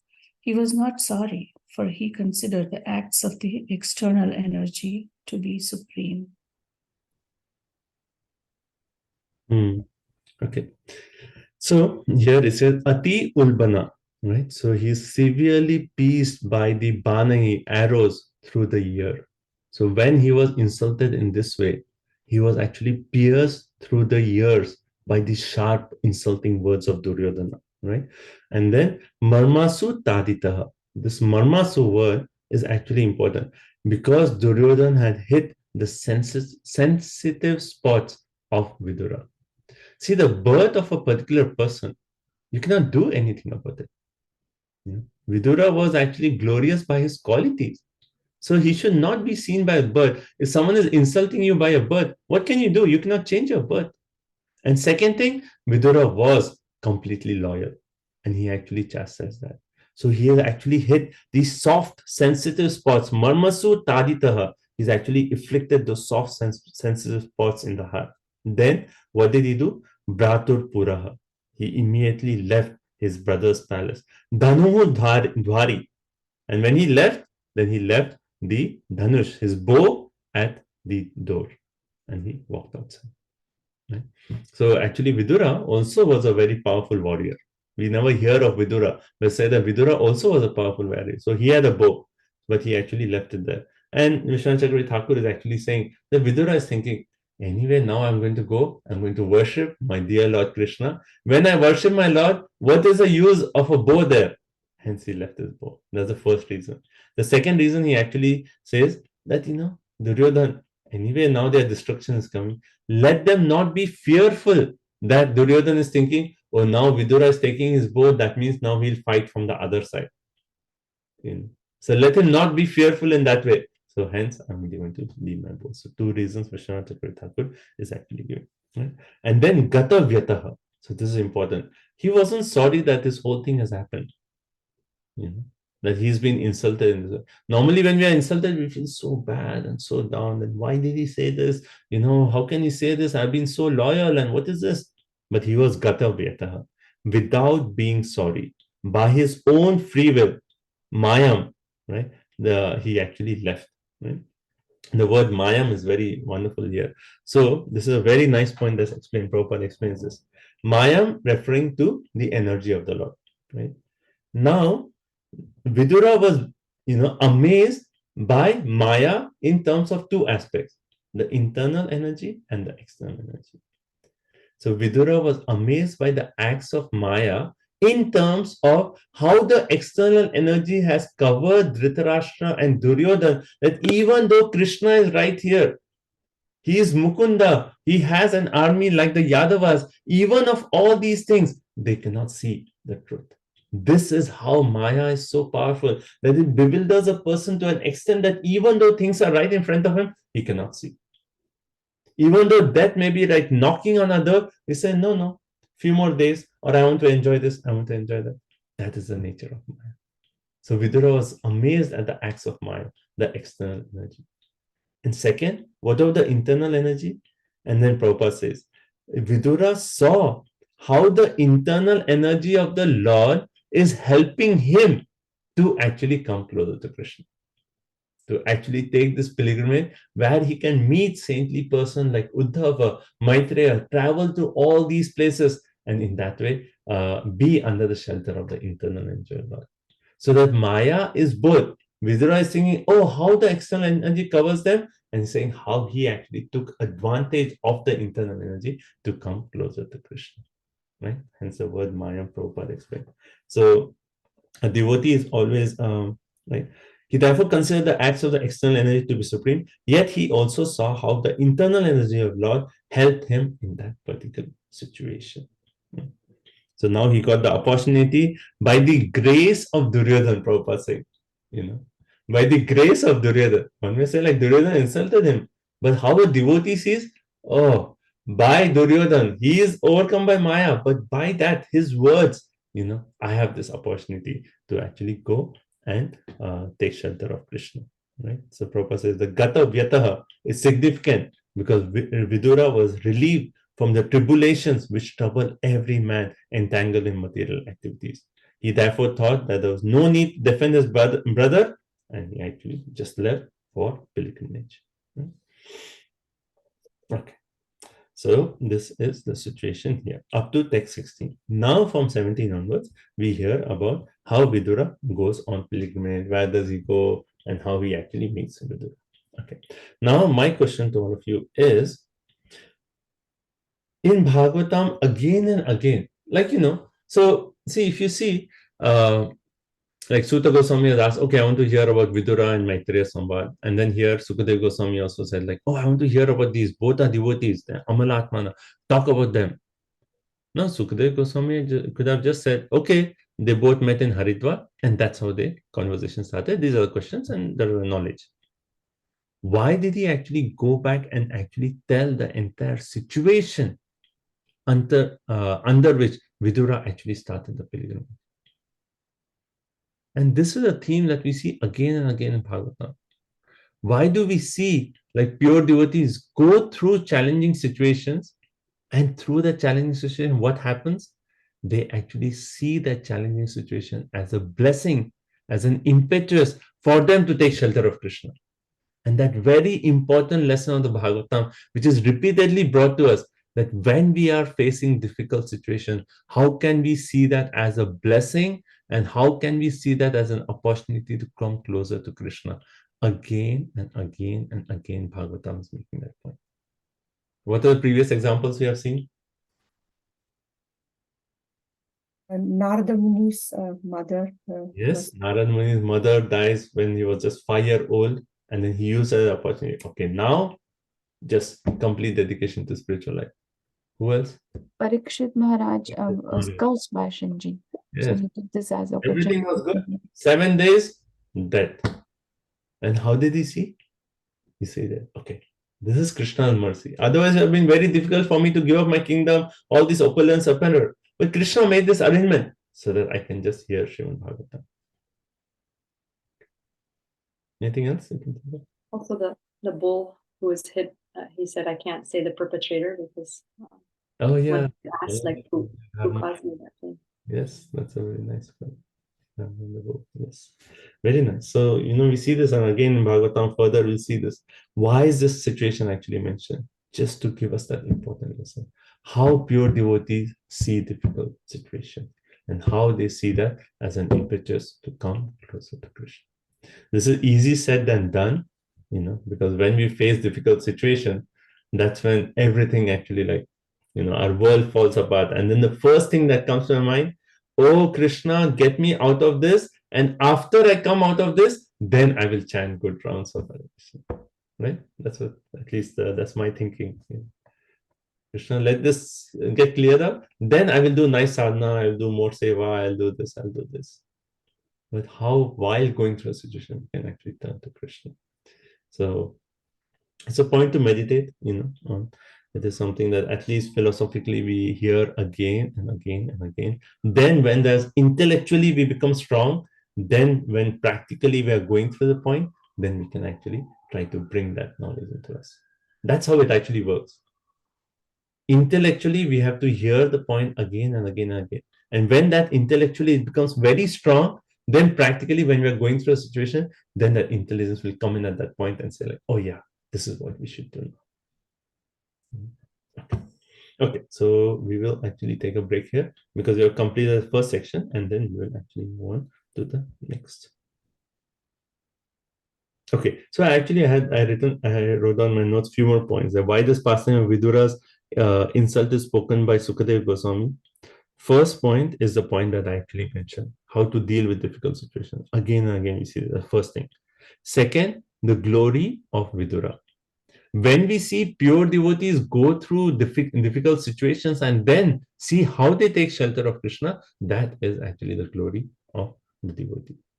Like once I asked my Guru, why Prabhupada had to go, like this week, actually we celebrated Prabhupada's arrival in US, right? Why Prabhupada had to go through so much austerity before coming to US? And my Guru made the point that that is the real glory of Srila Prabhupada. To tell the entire world that these are the sacrifices Prabhupada did just for you, to have the glory of Srila Prabhupada. So here, the glory of devotee, second point.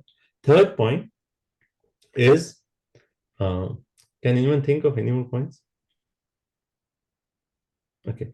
Third point is the result of offending a devotee of the Lord. Because Duryodhan and Dhritarashtra offended a devotee, Duryodhan spoke those insulting words and Dhritarashtra kept quiet. By that insult, because of that, for sure, their destruction is going to happen. When we offend a pure devotee of the Lord, that's it. That's it. So third point is the result of offending devotees of the Lord. And the fourth point is we see how Maya actually acts, bewilders the jiva. Krishna is right there. Krishna has come as a peace messenger, showed the Virat Rupa, everything has happened. But still, Duryodhana Dhritarashtra cannot see. And that's how, like, Krishna is everywhere in this world. I was hearing a lecture, and a very sweet lecture in Bombay Prabhupada gave, so on the Kapila Dev's teachings. And the main theme of the lecture is, if while drinking water, if you just think, oh, the taste of water is Krishna, that's it, you're Krishna conscious. And that's like the theme of the lecture. It's such a sweet lecture. I was thinking on my thermos now, I have to write it. Rasoham apsu konteya. Actually, on all thermos, we should just write that, that you will remember whenever I drink water. That, right? And Prabhupada's entire lecture was on that. And saying that Krishna is everywhere, but still, when we are covered by Maya, we cannot see Krishna. And that's how Maya bewilders us. So these 4 points I was thinking that what we can learn from this pastime. Okay, so let's stop here. Let's take a few comments, realizations, and we can take a break and we'll continue. We'll read about how Vidura actually travels and he does his pilgrimage. Prabhu, can you please repeat the first point as you said? Why did Parikshit Sukadeva Goswami? The first one is teaching us how to deal with difficult situations in life, right? Second point is the glory of a devotee, Vidura is shown. Third is the result of offending devotees of the Lord. And fourth is the influence, how Maya actually acts. Prabhuji, one more time. I'm writing it down. Okay. Sorry. The first one is how to deal with difficult situations in life. Right? And we see Vidura, how he used that as a blessing, right, to turn to Krishna. Second one is the glory of the devotees is shown through these pastimes, whether that's Parikshit or Vidura or Narada, etc. Third point, what is the result of offending pure devotees of the Lord? You offend a pure devotee, it's all over, right? And then fourth point is how Maya actually bewilders jivas. Okay. Questions, realizations, comments? Which I also want to add that how Krishna is helping at every moment, the internal energy of the Lord. The difficult, sometimes if you play the movie of your life and look back, actually whatever Krishna is doing is for our benefit. The situations are made in such a way that we come closer to him. Yeah, seeing Krishna's hand in every situation. That's a nice one. That could be the fifth point you can add on. Okay. Well, I have a question. Yeah. You were speaking about advice, like how to give it good advice. And then it was also mentioned that Duryodhana, if you give advice to someone who's foolish, it's like giving milk to a serpent. It just makes them more. So when we give advice, should we be careful? Like, should we make sure that person is willing to accept it and not just give advice just out of, like we should first make sure the person is willing to hear? Like, if a person is coming and asking advice, and if he's like seriously wants to know, then that is already a sign that he wants some knowledge to actually, to solve his situation. And if someone is coming and, in under what circumstance would someone come and ask for advice, but he's still not willing to hear? I mean, just a sign that the person has approached you for advice, that means that he's looking for some, transformation he's looking for. And then you have to see the advice based on time, place, and circumstance. Like, okay, what is the situation right now? Yes, I want to speak from the Shastras, but should I give him this level or this level of the Shastra right now? But again, yes, the person should be willing to accept. That should certainly be the first thing. But normally a point that he's come and asked for advice, that means that he is looking for some advice. So basically, don't give advice unless someone comes to you and asks for it.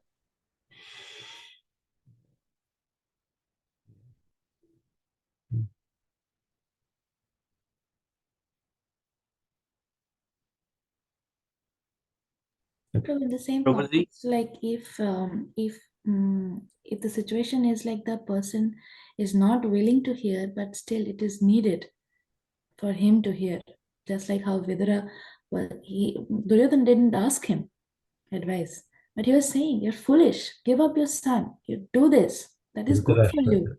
Yeah. So I mean, so in that situation also should be like, because Vidura didn't be quiet. See, there's a situation is like, okay, that it has to be either two. One is the person comes and asks you advice. Then you give the advice, based on a level. Second is if your relationship has that mood of affection there. Relationship. Because there was affection between Vidura and Dhritarashtra. He actually, even though he was not so willing, Vidura knew that affection is there because of the relationship he was actually giving. And like Dhritarashtra could have kicked him out again, much before, but he was still having him because he knew in his heart that he has affection. He's actually speaking for my good. I cannot accept it because of my attachments, that is other side, but I know he is my well-wisher. And that affection, that relationship was there. And and one thing from this, we actually see that how you can have a relationship, and this is practical, even in our relationship, a relationship which has affection, but at the same time detachment. Affection and detachment, both together in relationships. Affection in the sense like, yes, naturally we have affection to our relatives, but at the same time, there is a mood of detachment that if a relative is going to come and tell me, okay, from tomorrow, you're not going to chant Hare Krishna, then the mood of detachment is there. I cannot do that. Whatever happens, I'm not going to do it. So, but still that affection is there. I'm not denying it, but I'm not going to give up my service to Krishna at the cost of that relationship. So in this, Vidura and Dhritarashtra, we see the affection, but detachment. So the advice was given just because of the relationship. So that's the other kind. So either they ask or there is that relationship. Hare Krishna Prabhuji. Is it also that Vidura's position as advisor, right? He's the advisor to the king, and it is his duty to advise. Yeah. Prabhu, also we hear in the first canto that when the war over, and then Vidura again came back and gave that advice that now, at least now give up.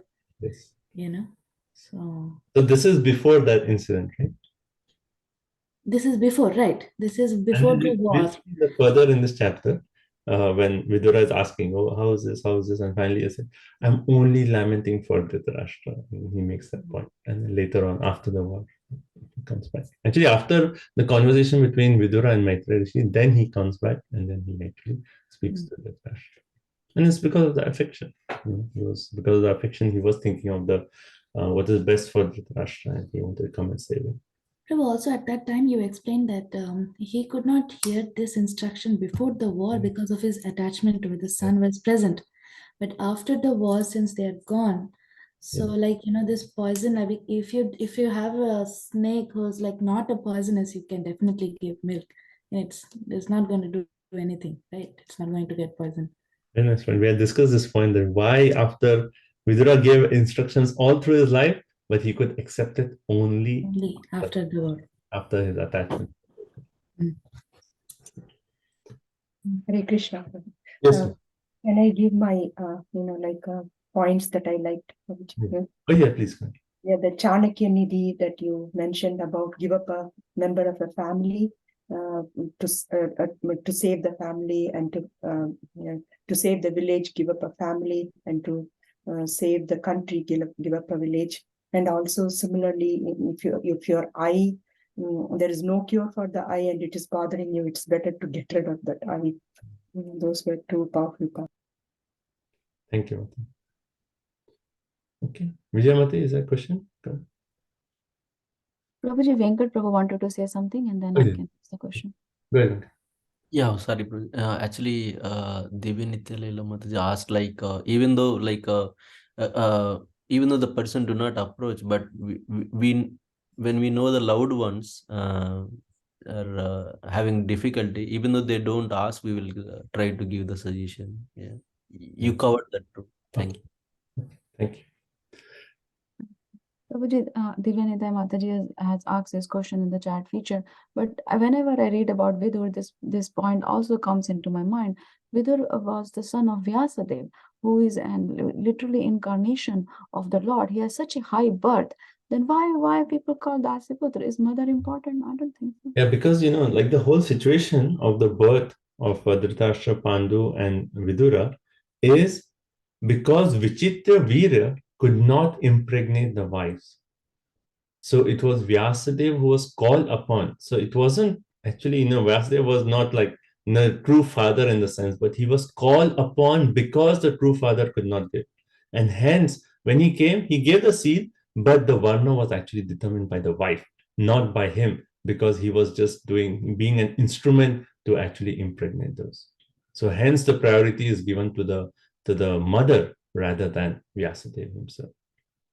And also as it said that that servant, that Dasi, who actually her name is anyone knows her name? Shudri or something, right? Anyway, that a servant of Ambika, her name is Shudri, I think. So it is said that she had the qualities of, she was like peaceful, well behaved, like she had those qualities, and hence those qualities actually is said to come with her. So it was more from the mother side, with the qualities, whether the Varna, everything, because Vyasadeva was just being an instrument there. He wasn't that true father. It was Vichitra Veera who was.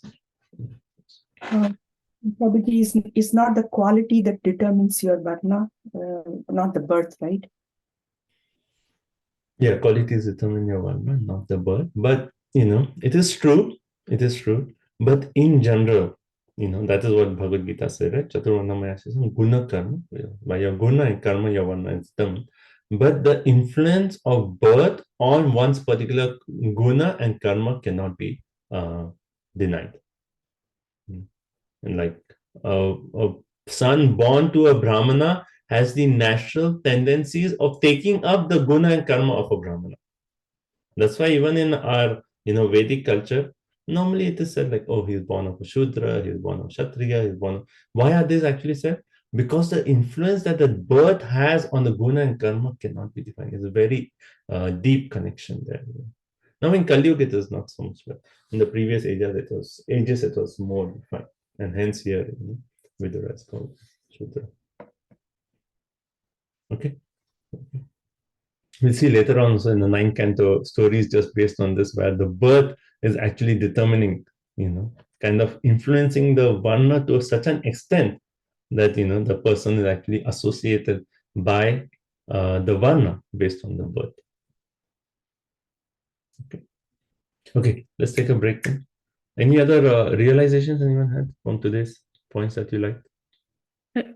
Prabhuji, one big takeaway for me was on the advice qualities of Vidura.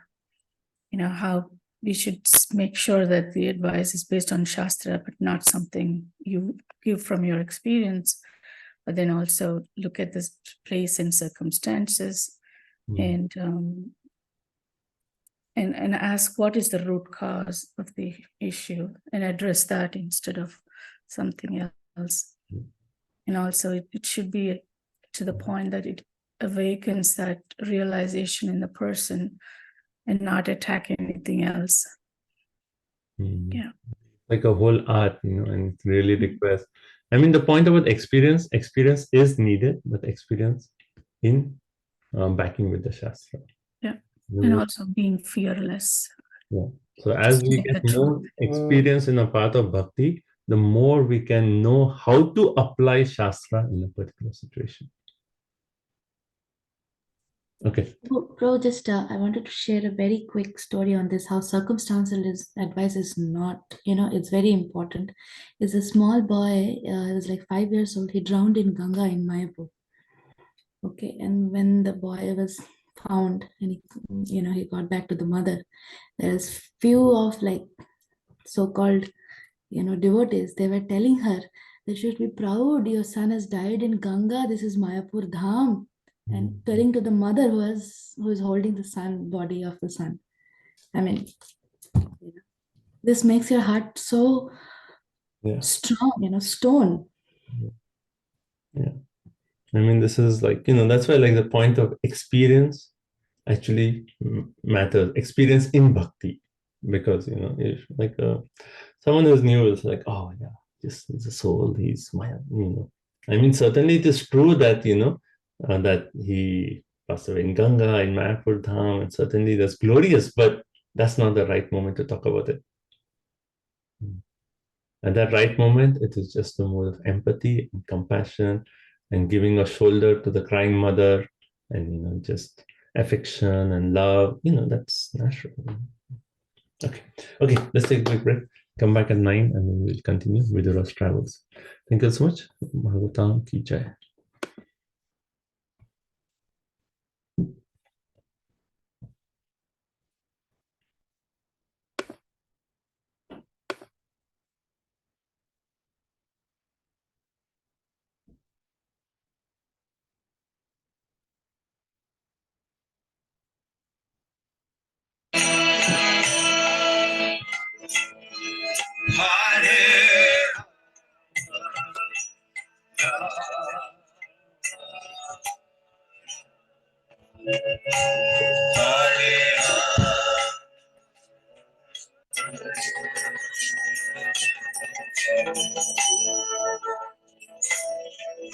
Hare Krishna,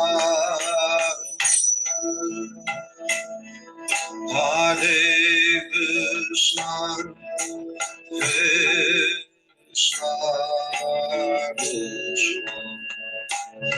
Hare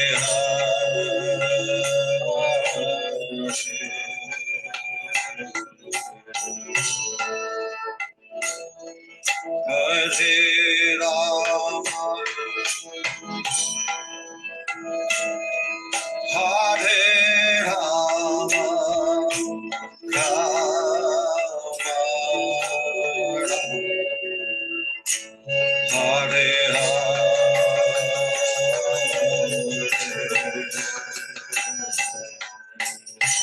Hare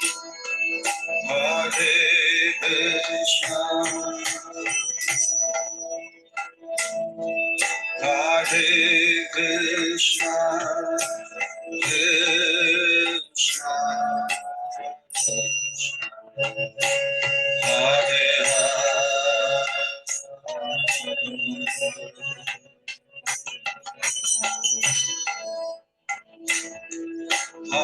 Hare Rama, Hare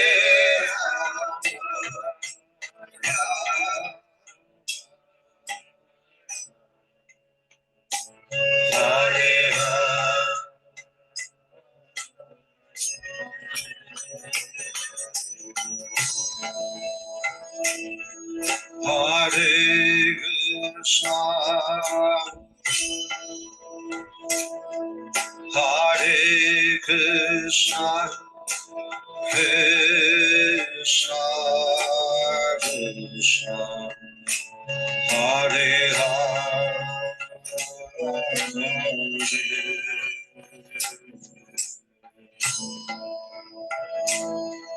Hare Rama, Hare Rama,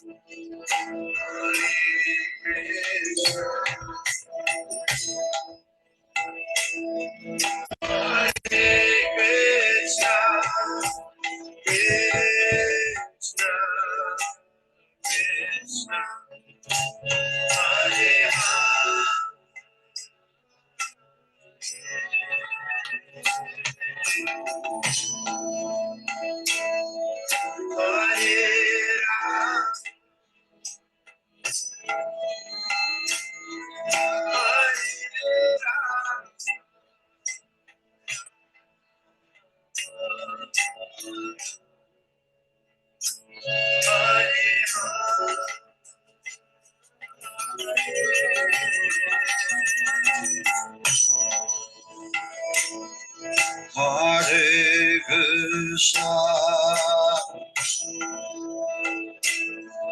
Hare Krishna, Krishna Krishna, Hare Rama,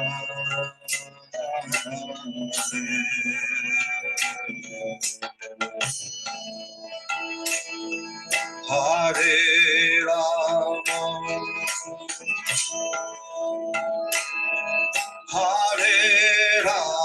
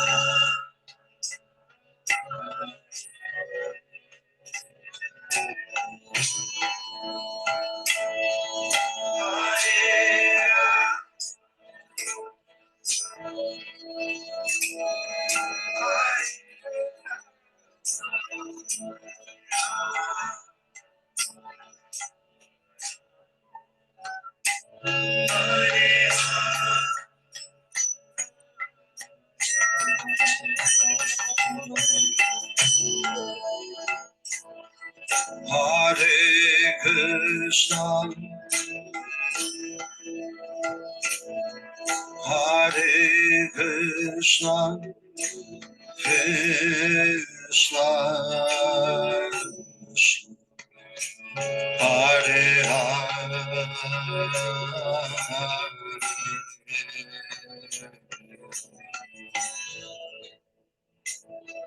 Hare Rama, Hare Rama, Rama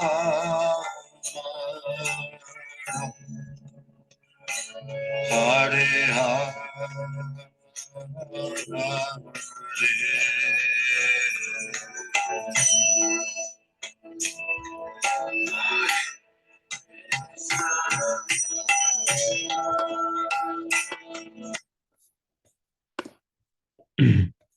Okay, Hare Krishna, everyone. So let's continue.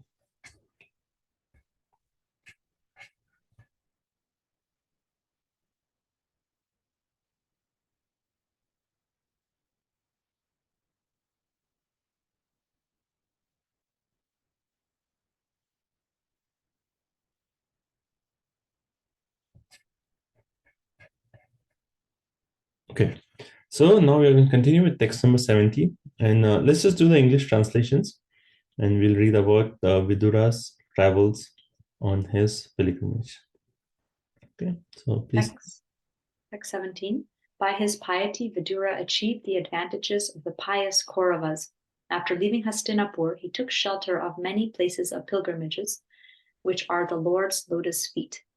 With a desire to gain a high order of pious life, he traveled to holy places where thousands of transcendental forms of the Lord are situated.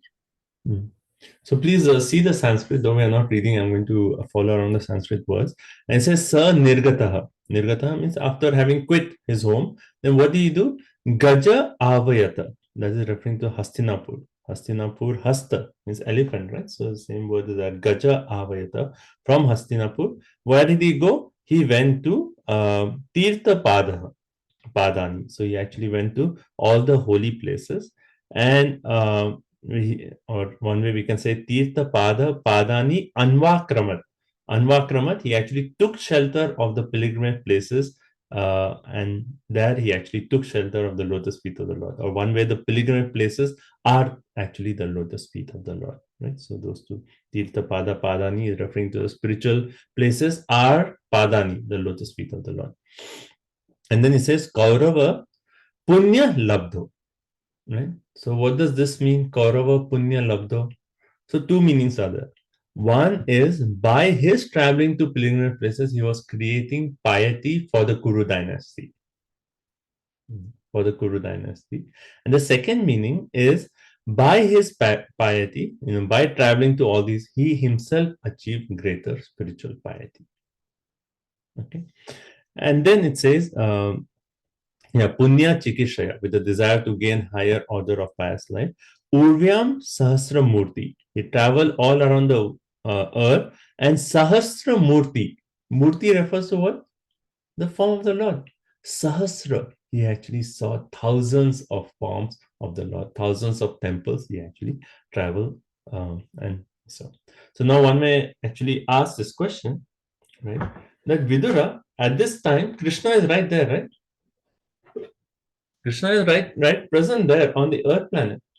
So why did he actually travel to pilgrimage places and not go directly to Krishna? Imagine like you have this choice. Krishna is personally there in Vrindavan, or you do a South India tour to all holy places. Where will you actually go? Why did Vidura actually not go directly to Krishna, and why did he go to all these holy places? So because of his association with Duryodhana and Dhritarashtra, he was thinking that I have lost piety, so first I should collect more piety and then go to Krishna. So actually, he actually makes a point here, and Purport Prabhupada makes a point that Vidura, undoubtedly, he was highly elevated and pious soul, certainly. But his piety, he was thinking. So this is a mood of a devotee, where he actually considers that because I associate with Duryodhana, with Dhritarashtra, and because of that bad association, now my piety has actually reduced. And I am not qualified to go and directly see Krishna.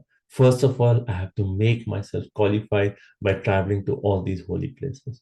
And hence Vidura traveled to the Sahasramurti, all these holy places, to actually visit these forms of the Lord. Okay, so that's the one point. And then, okay. And Prabhupada also quotes that Yesham Tva Antagatam Papam. And basically, in 728, it actually says, Jananam Punya Karmanam Te Dvanda Moha Nirmukta Bhajante Mam Bhritavar. That unless we are free from our sinful activities and we actually have that Punya Karma, this is actually referring to spiritual pious credits, unless we have those spiritual pious credits, we cannot engage in devotion with determination. Right? So as we are accumulating spiritual pious credits, then our devotion can be performed with determination. Dhrida vrataha, right? Yeshantuan. So that's what verse says. Prabhupada goes that verse, and then in Prabhupada talks of the Archamurti form of the Lord. He said, like here is talking of he went to different Sahasramurti, right? So Prabhupada talks about Archamurti, and he says like, these Archamurti forms are non-different from the Lord himself. So when you take darshan of Sri Sri Radha Golokananda, they are non-different from Krishna and Radha. They are personally there, right? So seeing the deity form of the Lord face to face is non-different from seeing Krishna face to face, and one can have the same experience of seeing the Lord personally as one has while seeing, oh sorry, other way around. One can have the same experience of seeing the Lord personally as he has in experiencing the Murti. Again, I say it the other way, but you understand the point, right? The Murti, the Archamurti form, and the Lord, they are same. One can have the same experience in seeing the Lord and the form of the Lord, right? So Prabhupada focuses on that. And okay. And then Prabhupada makes an excellent point, one sentence in the purport. He says, to the degree that we have entered into the service of the Lord, it's in the paragraph starting with these forms of Archamurti, like 5 lines below. To the degree that we have entered into the service of the Lord, or to the proportion to which our lives are freed from sins, we can perceive the Lord. So yes, we are seeing Sri Sri Radha Golokananda, but to the degree we actually enter into the service of the Lord, as we are serving the Lord more and more and more, we're giving our heart completely to the Lord. To that extent, the Lord will actually reveal themselves to us. Right? So this is a very nice point. To the degree that we have entered into service of the Lord, or the proportion we are get freed from all sins, to that extent we can actually perceive the Lord. Okay. And then Prabhupada talks of like different holy places in India. He says Lord is present as Mathura, as Adi Keshava. He's present at Puri, as Jagannath, and then he lives so many different places. And then Mayapur, he's known as Hari. So you have to say that because Divya Italian Mata is here, otherwise she will not accept our commentaries, our discussions. So at Mayapur, he's known as Hari. Right? And he says, he quotes from Chaitanya Charitamrita, he says, Sarvatra Prakash Tandra, Bhakta Sukhe Deti, Jagater Adharma Nashi Dharma Stapite. So this verse is actually saying that Lord, Sarvatra Prakash Tandra, your forms are all over. But what are these forms for? Bhakta Sukhe Dite. It gives pleasure to all the devotees. Like here we feel so fortunate to have Sri Sri Radha Golokananda. We go and the devotees get pleasure. And then Jagatera Adharma Nashi Dharma Stapite. At the same time, these forms of the Lord, these temples of Krishna, they are actually destroying adharma and establishing dharma. Right? So these are the glory of the Archamurti. So Prabhupada talks about it. There's one purport which comes later on in the 3rd canto. Prabhupada talks about like the importance of going to holy places. Right? And he says in this purport that Vidura, who was completely cleansed of all contamination by traveling to place of pilgrimage. Right? So in India, there are hundreds of sacred places. Then he says, Vidura wanted to purify himself by traveling to all sacred places, which are so situated that anyone who goes there, what happens? Anyone who goes there, Prabhupada says, automatically gets purified. Automatically gets purified. And then Prabhupada said, this is especially true in Vrindavan. Any person may go there, and even if he is sinful, he will at once contact an atmosphere of spiritual life and will automatically chant the names of Krishna and Radha. Right? And he says that we have actually seen and experienced. Even a simple person goes to a dham, he can get purified, automatically purified, and he will be chanting the names of Radha and Krishna. Okay, text 18. With this English. Prabhu, is this the same purport that you read? No, this is the last part where I read is 324. 320. So 3rd canto, text 20, chapter 20, text 4 in the purport Prabhupada is saying. Okay. Yeah, okay, go ahead. So we're just reading the English. So now Pratana Mataji's turn. He began to travel alone, thinking only of Krishna. Through various holy places like Ayodhya, Dwarka, and Mathura, he traveled where the air, hill, orchard, river, and lake are all pure and sinless, and where the forms of the unlimited decorate the temples. Thus he performed the pilgrim's progress. Chachara Tirtha. This is how he did his pilgrimage. What did he do? He said Purushe. He went to all the holy places. And then Upavana, parks, Adri, hill, Kunjeshu, orchards, Toeshu, water, Sarit rivers, Sasru, lakes.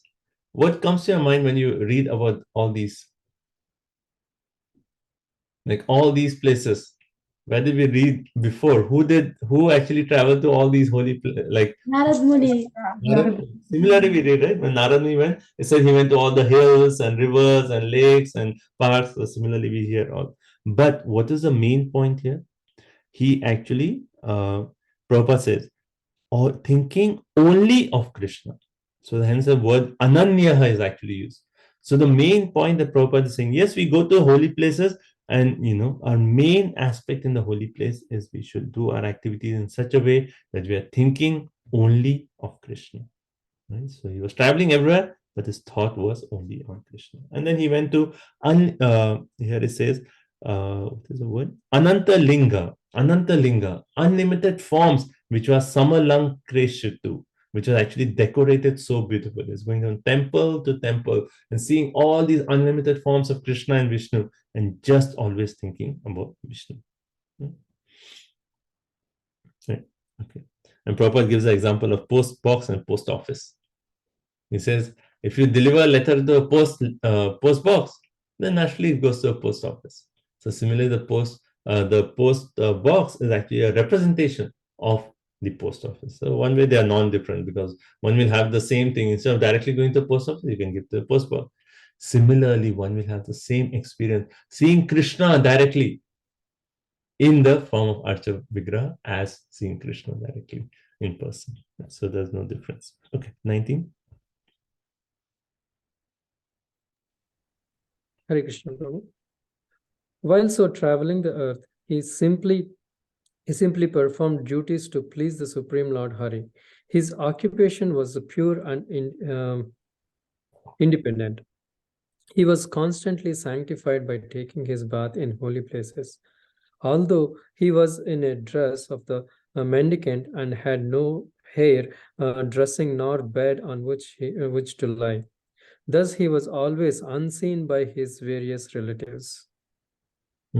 So the key word, if you see the last two words, Hari Toshanani, right? So Prabhupada in the previous verse, he says that point, but actually if you see word to word, you won't find that point, because Prabhupada is taking from the next verse, because it's so important that he's traveling everywhere, but he's doing it from Hari Toshanani. Perform all these just for the pleasure of Lord Hari. He was always absorbed in Hari. So what did he do? Gam Paryatan. He traveled the surface of the earth. And how did he maintain himself? Medya Vivikta, pure unmixed means. That means just by begging, he actually maintained himself. Does something come to your mind when you're reading about this? First canto? Samsiddhir Haritoshan. Okay, that's no, but yeah, that's a good point. But one more point I'm thinking, that when we are reading now how Vidura is actually said, while he traveled, Medya Vivikta, he maintained himself just by begging. Sukadev Goswami context when he was. It's all good references, but I was thinking of the point that if you see in the first canto, Yudhishthira Maharaj, when he actually saw Vidura, he asked this question. Then when you were traveling in holy places, did you actually eat food in these places where they serve, like in the temples, or did you actually beg? Right? And here we actually see how Vidura actually performed. It says Medya Vivikta. That means just by begging, he actually subsisted. And then Sada Pluto. He constantly bathed himself in the holy waters. And then Aliksha swear. Avaduta Vesha. How was he dressed? Like he was dressed as an Avaduta, like a mendicant. And Vritani Chere. He performed all the vows. And because he was dressed like a mendicant, no one ever recognized him. Right? So now when we hear of Avaduta, we just think of Avudata Shirumani Nityananda. Right? Okay. So first and foremost function, when we are going on pilgrimage, is Hari Toshanani. Everything we do is for the satisfaction of the Lord. And Prabhupada says, don't be worried about pleasing the society. When you go to the Dham, sometimes we are hesitant to roll in the dust of Vrindavan. So like, oh, then all dust will be here. What will people think of it? Don't care about all those. Don't be worried about pleasing society. No need to depend on social formalities, your occupation, your dress, nothing. When you go to the Dham, just be absorbed in Hari. That's it. Forget all, I have to take care of society, I have to look like this, all those things. Just be absorbed in it. So that's how Vidura traveled. Okay, text 20. Hare Krishna Prabhuji. Thus, when he was in the land of Bharatvarsha, traveling to all the places of pilgrimage, he visited Prabhasa Kshetra. At that time, Maharaj Yudhishthira was the emperor and held the world under one military strength and one flag. Hare Krishna. So you see, Itham Vrajan, while traveling like this, Bharatvarsha. Right now, they're from India, they're saying Bharat, right? Here we have Bharatvarsha. Right? So Bharatvarsha, he traveled in the land of Bharat, and Kalena Gatavan Prabhasa. And while he was traveling, he came to this place known as Prabhashetra. And where do we hear about Prabhashetra? And we'll come later on, even in this next chapter, about the annihilation of the Yadu dynasty, and we'll hear that important place of Prabhashetra. Right? So, and then Twach, at that time, Sahasha Shitam, at that time, what was there? Everything, the entire world was Eka Chakram, was under one military force, and Eka Atapatram, under one flag. At that time, Yudhishthir was ruling the entire world under one flag with one army. That was at that time, right? So when he came to Prabhashetra, that was the situation, right? And Prabhupada in the purport, Prabhupada is so expert, he's like, really brings out that devotional mood. And he said, like, at present, there are hundreds and thousands of flags flapping in United Nations. But during the time of Vidura, by the grace of Lord Krishna, there was only one flag. So instead of all these hundreds of thousands of flags at the United Nations, if we seek the grace of Lord Krishna, then you will have one flag, one army, and then that will be a real United Nations. Prabhupada is like, uses an opportunity to bring out the devotional aspect of how we must seek out the favor of Lord Sri Krishna. Okay, 21. Yeah. Prabhuji? Yes. Yeah. This time, like Pandavas, they don't have kingdom, right, Prabhuji? No. This is actually after, because he traveled through all this pilgrimage. So war is over after. War is over. War is over. Yeah. Okay. Thank you. Translation, Srila Prabhupada ki jai. At the place of pilgrimage at Prabhas, it came to his knowledge that all his relatives had died due to violent passion, just as an entire forest burns due to fire produced by the friction of bamboos. After this, he proceeded west where the river Saraswati flows. Hare Krishna. So again, here we'll see Prabhupada how he brings out such a beautiful point in the purport. But the flow of the text is, at this Prabhashetra, what happened? Shushruva. Shushruva means he heard. What did he hear? Surid Vinastim. That all his Surid. Who is the Surid of Vidura? Surid we know, right? Muktaram Yakitapasam Sarvalokam. Suridam Sarva. Surid. Surid means the intimate relatives. So here Prabhupada says it could refer to both the Yadavas and also the Kauravas. Both of them. So at this place, he actually heard about the Yadavas and also about the Kauravas, how, both the sides, the Yadavas actually, they fought among themselves and then they disappeared. And the Kauravas also, both sides actually, Pandavas and Kauravas is finally Kuru dynasty, right? They also fought among themselves. And how was that fighting? Samspardhaya, by violent passion. And just like in the forest, in the vana, the bamboos, they rub against each other and there's fire. No one creates the fire, but just by the rubbing of bamboos, there is fire. Similarly, when human beings have that violent passion, no one has to come and create. Just because of the violent passion in human beings, that is going to be fire. And that's the nature of the material world. There's fight happens without, like, for a small reason, that is fight. That is fire. Right?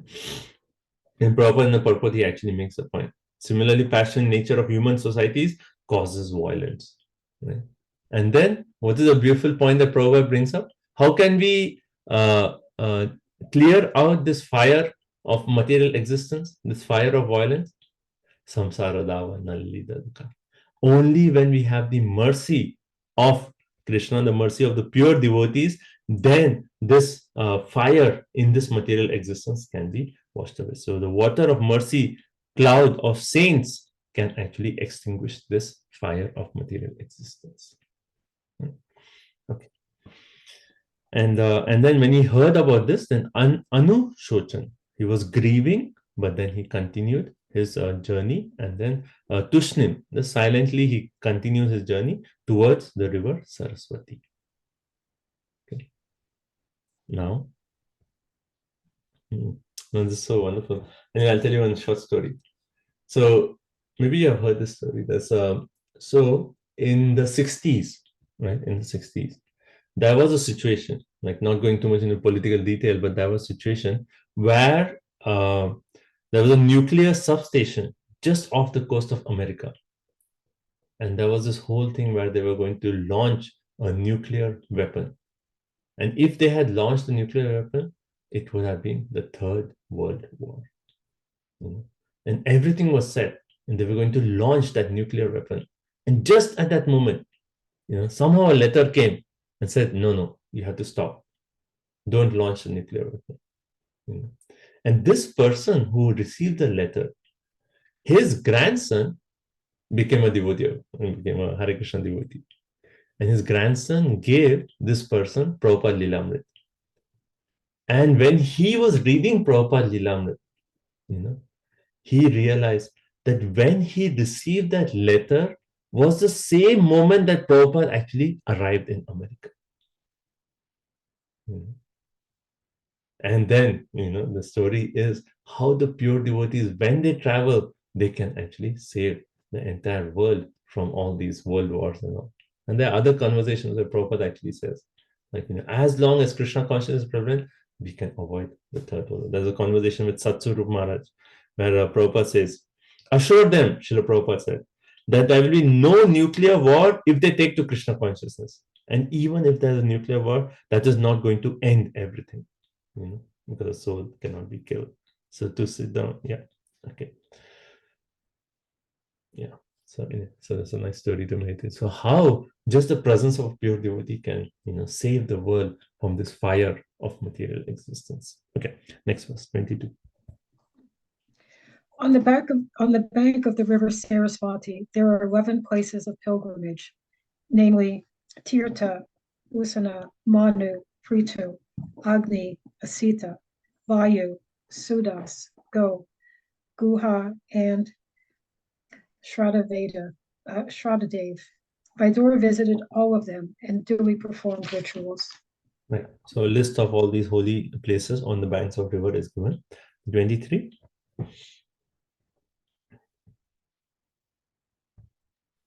Who's next?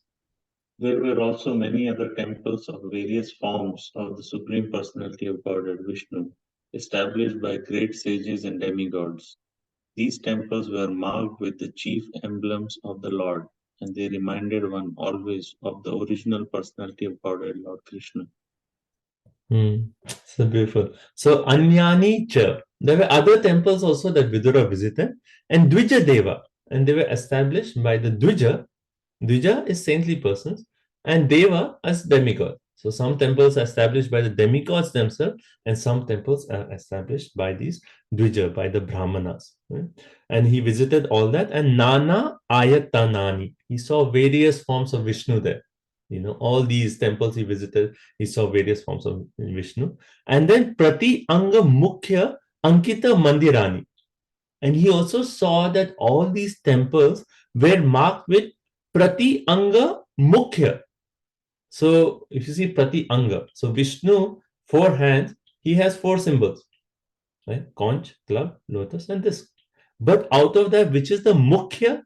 That is the chakra, right? The disc is the Mukhya.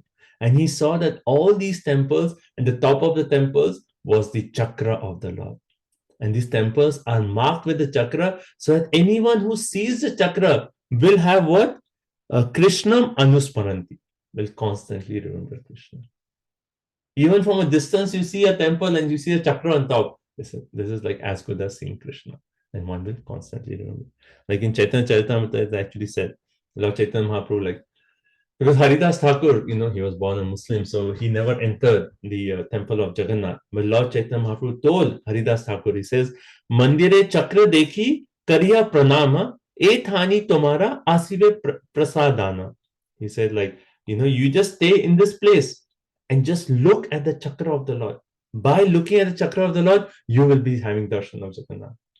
And then I myself will come and give you prasad everything. Right? Even other places in CCVC, Lord Chaitanya Mahaprabhu is actually, there's one pastime where he told all the devotees coming from Bengal.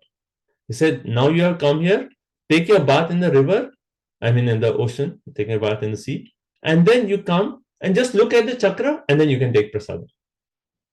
Once you come to the holy dham, first you have to go to take darshan of Jagannath. But Lord Chaitanya Mahaprabhu said, take your bath, look at chakra, have prasadam first. So the point of the importance of chakra. So here it is actually said, as you saw, all these temples were marked with mukhya ankita. The mukhya, that is a chakra. Right? And these chakras remind one of always of Lord Shri Krishna. Okay. And next verse. Okay. Yeah, Prabhupada says in the CC, he says, if he thinks himself unfit to enter the temple, he can look at the wheel from outside the temple, and that is as good as seeing the deity within. Okay. 24. Thereafter, he passed through very wealthy provinces like Surat, Sauvira, and Matsya, and through western India, known as Kuru Jangala. At last, he reached the banks of Yamuna, where he happened to meet Uddhava, the great devotee of Lord Krishna. Very well. So finally he's come to Vrindavan because he's on the bank of Yamuna, and there he's meeting Uddhava. And before that he went to Surat, Sauvira, Matsya, and he said all these are very wealthy provinces. Right? The word is actually used. Riddham is very wealthy places. He traveled through all that. Finally came to the banks of Yamuna. And how is Uddhav actually described here? Uddhavam Bhagavatam Darshan. Bhagavatam. Bhagavatam means he is a great devotee of Lord Shri Krishna.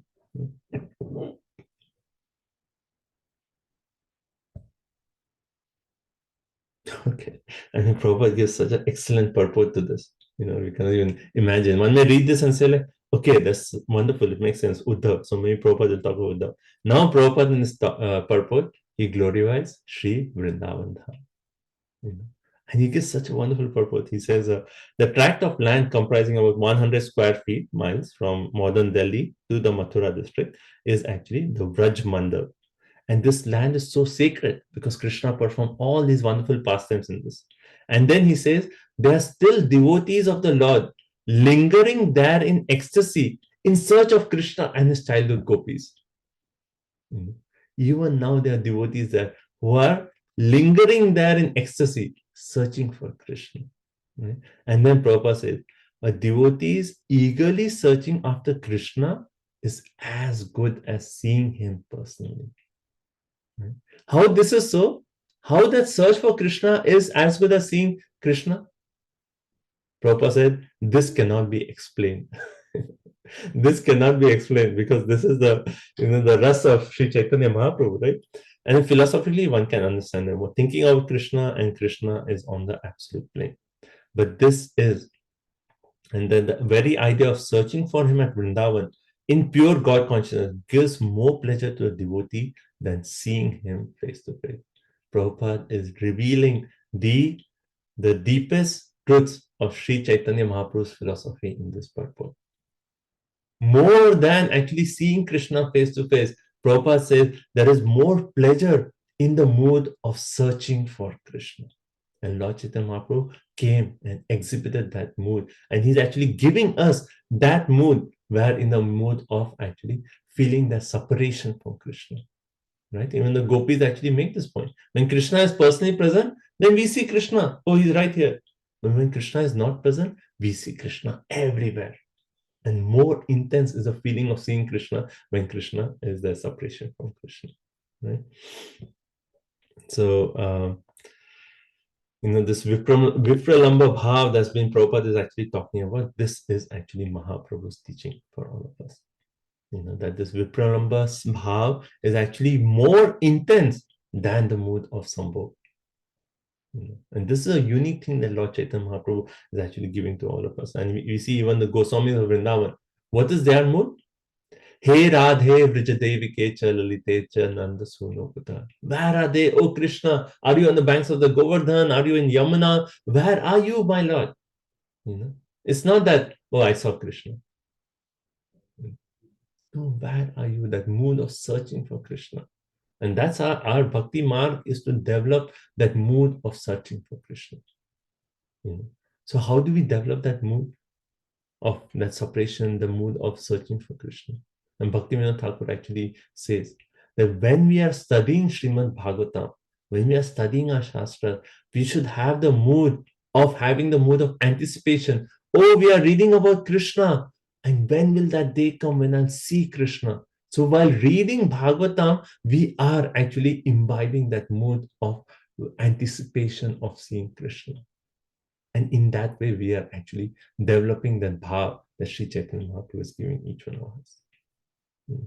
It's very deep, but Prabhupada's purpose is bringing out this most wonderful point of how Vipralambha bhav is actually more intense than Sambhog, and that is the mood of Sri Chaitanya Mahaprabhu. Okay, let's continue, 25. Hare Krishna. Then, due to his great love and feeling, Vidura embraced him, Uddhava, who was a constant companion of Lord Krishna and formerly a great student of Brihaspati's. Vidura then asked him for the news of the family of Lord Krishna, the personality of Godhead. So, when our personality is defined, what is the first thing that we hear? Glorification of the personality. So, 3 qualities glorifying Uddhava. Vasudeva Anucharam. Vasudeva Anucharam means constant companion of Vasudeva, Krishna. Right? Prashantam, very sober and gentle. Right? And 3rd quality, Tanayam Brihaspati, that he is actually a disciple of Brihaspati, who is actually the spiritual master of the demigods. So 3 qualities of Uddhava have been mentioned. And then when Vidura saw Uddhava, what was his reaction? Pratitam, he acknowledged. Alingya, he embraced. And Gadham, with great love, with great affection, he actually came and he embraced Uddhava. Imagine, Vidura is traveling all these places. Finally, he's come to the bank of Yamuna. And finally, who he sees? Uddhava. And then he immediately comes and he embraces. And Prabhupada makes the point that Vidura was actually older than Uddhava, naturally, right? Uddhava is Krishna's cousin. And Vidura is like at least 1 generation above that. So he's almost like a father at that age to Uddhava. So when he actually came, Vidura, according to social custom, Vidura embraced him because Uddhava was younger in that way. And what was Uddhava's reaction? Uddhava's reaction was he actually, Prabhupada says here, Vidura,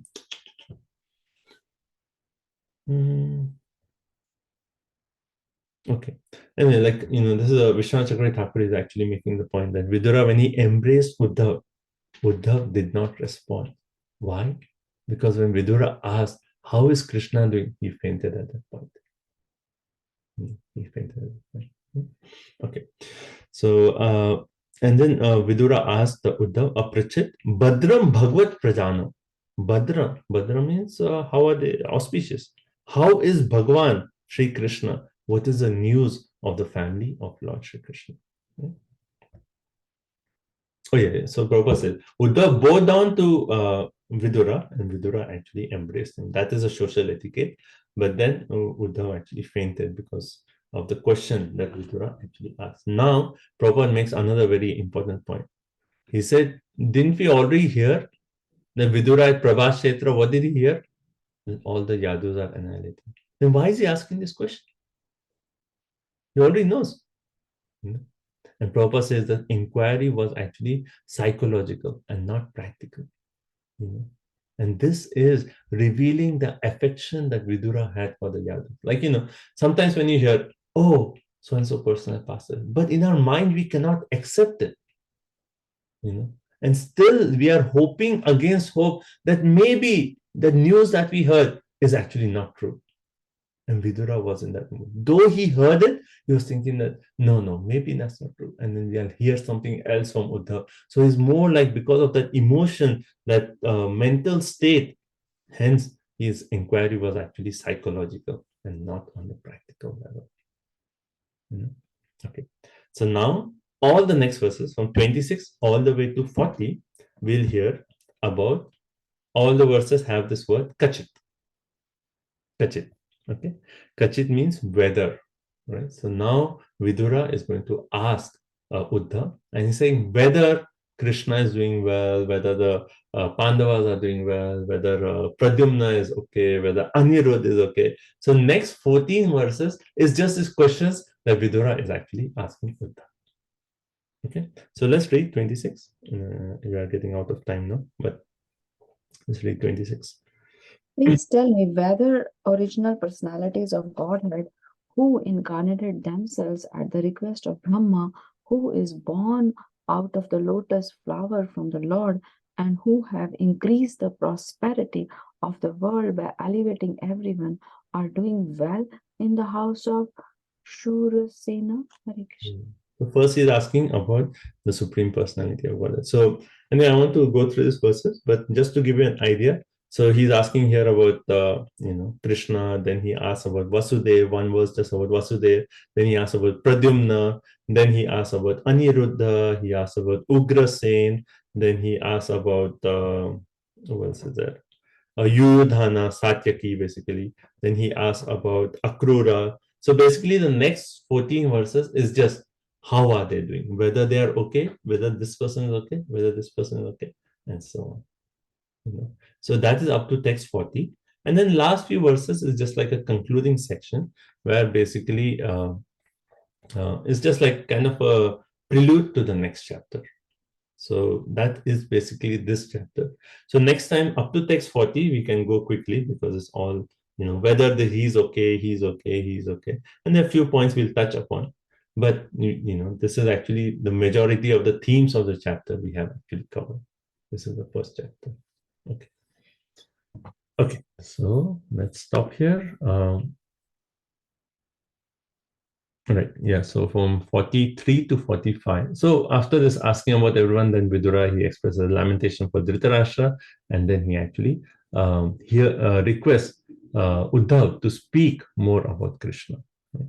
So that's how this chapter actually ends. Hare Krishna. Is this similar to we read about Yudhishthira inquiring Arjuna, right?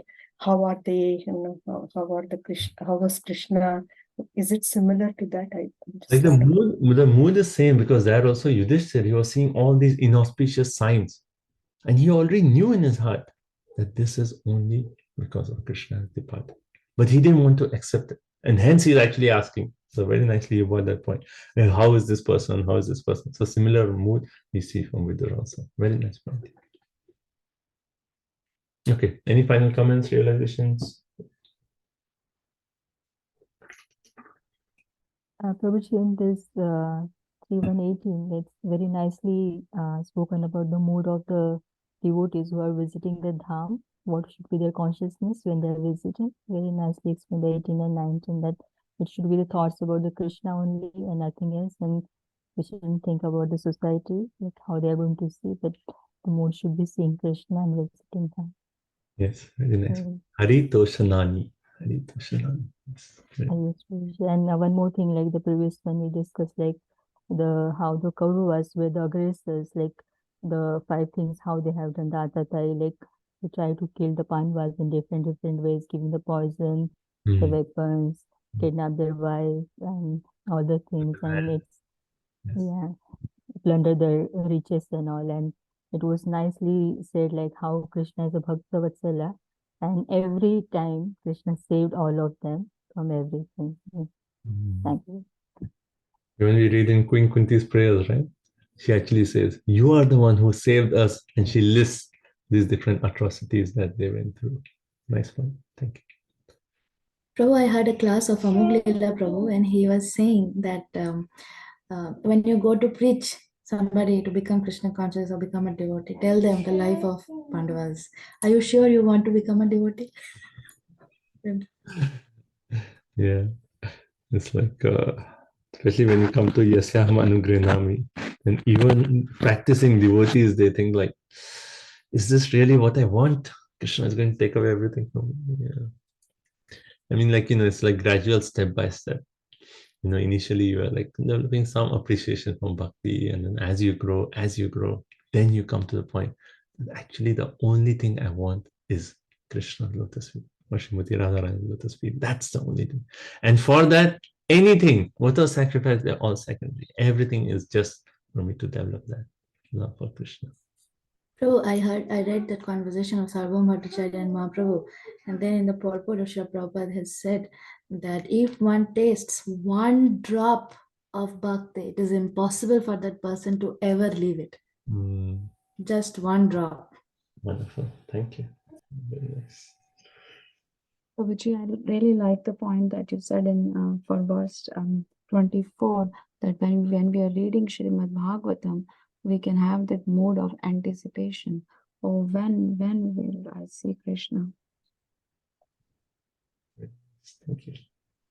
Yeah, anyway, maybe some other class. I think I mentioned this. There are 4 kinds of separation, and this is a separation that Bhaktivinoda Thakur said we as sadhakas can develop. Is when we read about Krishna, we actually develop that mood of when will I meet this person? Kim, what's that verse? It'll come in the next verse. Next chapter. Like, who can be more merciful than this Krishna? When will I meet that person? The anticipation of meeting Krishna. That's how we read Bhagavatam. Very nice. Thank you. Anything else? Prabhu, I have a question. So you asked the chapter by saying that why did Vidura leave such a house for the pilgrimage? So the answer is to the insult, because of the insult. What is the more deeper point? He wanted to see Maitreya. Krishna, he wanted to go. The more deeper point is you travel to the holy dham, not so much to take bath in the holy, but to actually meet, To purify himself, right? to actually meet the saintly people who are there in the holy dham and to hear from them. So Vidura, it is, and we made this point, right? You can relish Krishna more in the association of devotees than seeing Krishna face to face. Right? So either than seeing Krishna face to face, you can actually relish Krishna more by hearing him from the devotees. Hence, he wanted to hear from Uddhava, Maitreya Rishi about glories of Krishna, and that way experience more deeper aspect of Krishna rather than seeing Krishna face to face. And we hear this again and again. Prithu Maharaj, Prahlad Maharaj, they are seeing Krishna face to face, and they're saying, "Oh Krishna, give me the benediction that I can always be in the association of devotees." Krishna is face to face, but he's like, no, I want association of devotees, because in that association, I can really relish your glories, really relish you. So that association actually more powerful. So that's what Vidura's move. I also found it interesting that, like, when you mentioned that Duryodhana's words actually hit the heart of Duryodhana's words hit the heart of Vidura at sensitive spots, and it just made me realize that that even pure devotees have, like, it's not like when we become pure devotee we'll be devoid of emotions. There'll still be feelings and emotions and sensitivities, and then and that's why we should be very careful how we treat others, right? Be very sensitive and treat. But it doesn't. But the pure devotee doesn't act on the sensitivity. Like they feel it, but they can also stay above it. That's the key point. It's like, in the story of Ramayana, there's this whole thing about, like, when Bharat actually comes, with the army, like after Ram is banished to a forest, and Lakshman is like, he is there. See now, Bharat, he's coming to attack us. He's not even peaceful to see us in the forest, and he gets so angry. And then after that, Bharat Maharaj, when he sees, when Lakshman sees the love that Bharat Maharaj has for, not Maharaj yet, Bharat has for Lord Ramchandra, he's like melted. And then after Bharat leaves, then Lakshman actually says, he tells Lord Ramchandra, I was getting so angry. Why do I get so angry? And Lord Ramchandra says, you are very bhavuk, very sentiment. Your sentiments are very high. Then Lakshman actually asked, so is it wrong to have the emotions? He said, no. Emotions are the ornament of life. But the devotees, they have the power to actually channelize the emotions in the right direction. Emotions are there, but how the emotions we take it and how we can channelize it towards devotion to Krishna, that art the devotee actually knows. So very nice one. Thank you. Okay, any last ones? We're over time now. Hare Krishna, Prabhuji. The chakra on top of the temple, I recently visited Radha Desh and I saw that big chakra. And when I came back home in our dham, I saw the chakra at the entrance. I just thought about it. Yeah. Yes. Thank you. Very nice. Okay. Prabhuji, I have a question. If it is getting late, I can ask later. Okay, so let me officially end because 9:49. And then if anyone wants to say for the question, we can make it. And thank you all so much. Granth Srimad Bhagavatam ki jai, Srila Prabhupada ki jai, Vancha Kalpatarubhyasya, Kripa Sindhubhyevacha, Patitanam Pavanebhyo, Vaishnavebhyo Namo Namaha. Antakoti Vaishnava Vrinda ki jai, Srimad Bhagavatam ki jai, Srila Prabhupada ki jai. Thank you all so much for your association. Thank you for joining. Hare Krishna. Okay, go ahead, Vijayamati. Prabhuji, in the text 22, so all these names of the places of pilgrimage, what's the significance? Is it that Agni is the temple for the Agni Dev, or Vayu similarly? Go, Shraddha Deva. Are the names have the significance? We'll have to research that, Mataji. I'm not sure. It says that all these were actually on the bank of the river Saraswati, the 11 places. I think maybe you can just Google that and see, like along the river Saraswati, all these places, like what is the main significance? Because it has Manu and Prithu, and Guha. Like these are all names that we are going to read about in Bhagavatam. So maybe there is a connection, Asita, Agni, Vayu. But I don't know about this, so we can do a little research on this point. Okay. Okay. Thank you so much. Hare Krishna, probably one last question, if that's okay. Yeah. In text 9, I didn't understand what it meant by who were completely bereft of the last farthing of past pious works. I've never heard about that word, so it's a little bit confused. Oh, yeah. In the translation, it says. Yeah. So, see, it says Shata Punya Leshaha. Right? The last two Sanskrit words, if you see, Shata Punya Leshaha. That means dwindling fragment of pious acts. That's the point, right? So what does it? It's basically like, the point is said that when Krishna came as a peace messenger and he spoke the words, then for Bhishma, it was like nectar. But because for Duryodhana and Dhritarashtra, they had lost all their piety, the Punya Leshaha was actually dwindling. Hence, those words were there, but for them, it was like, they didn't take those words seriously. And that's why we discussed that whole point about the sugar actually tastes bitter.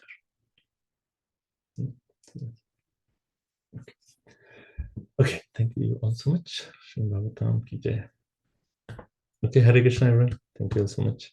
Hare Krishna. Hare Krishna. Thank you so much. Hare Krishna did. Thank you so much, Prabhuji. Hare Krishna.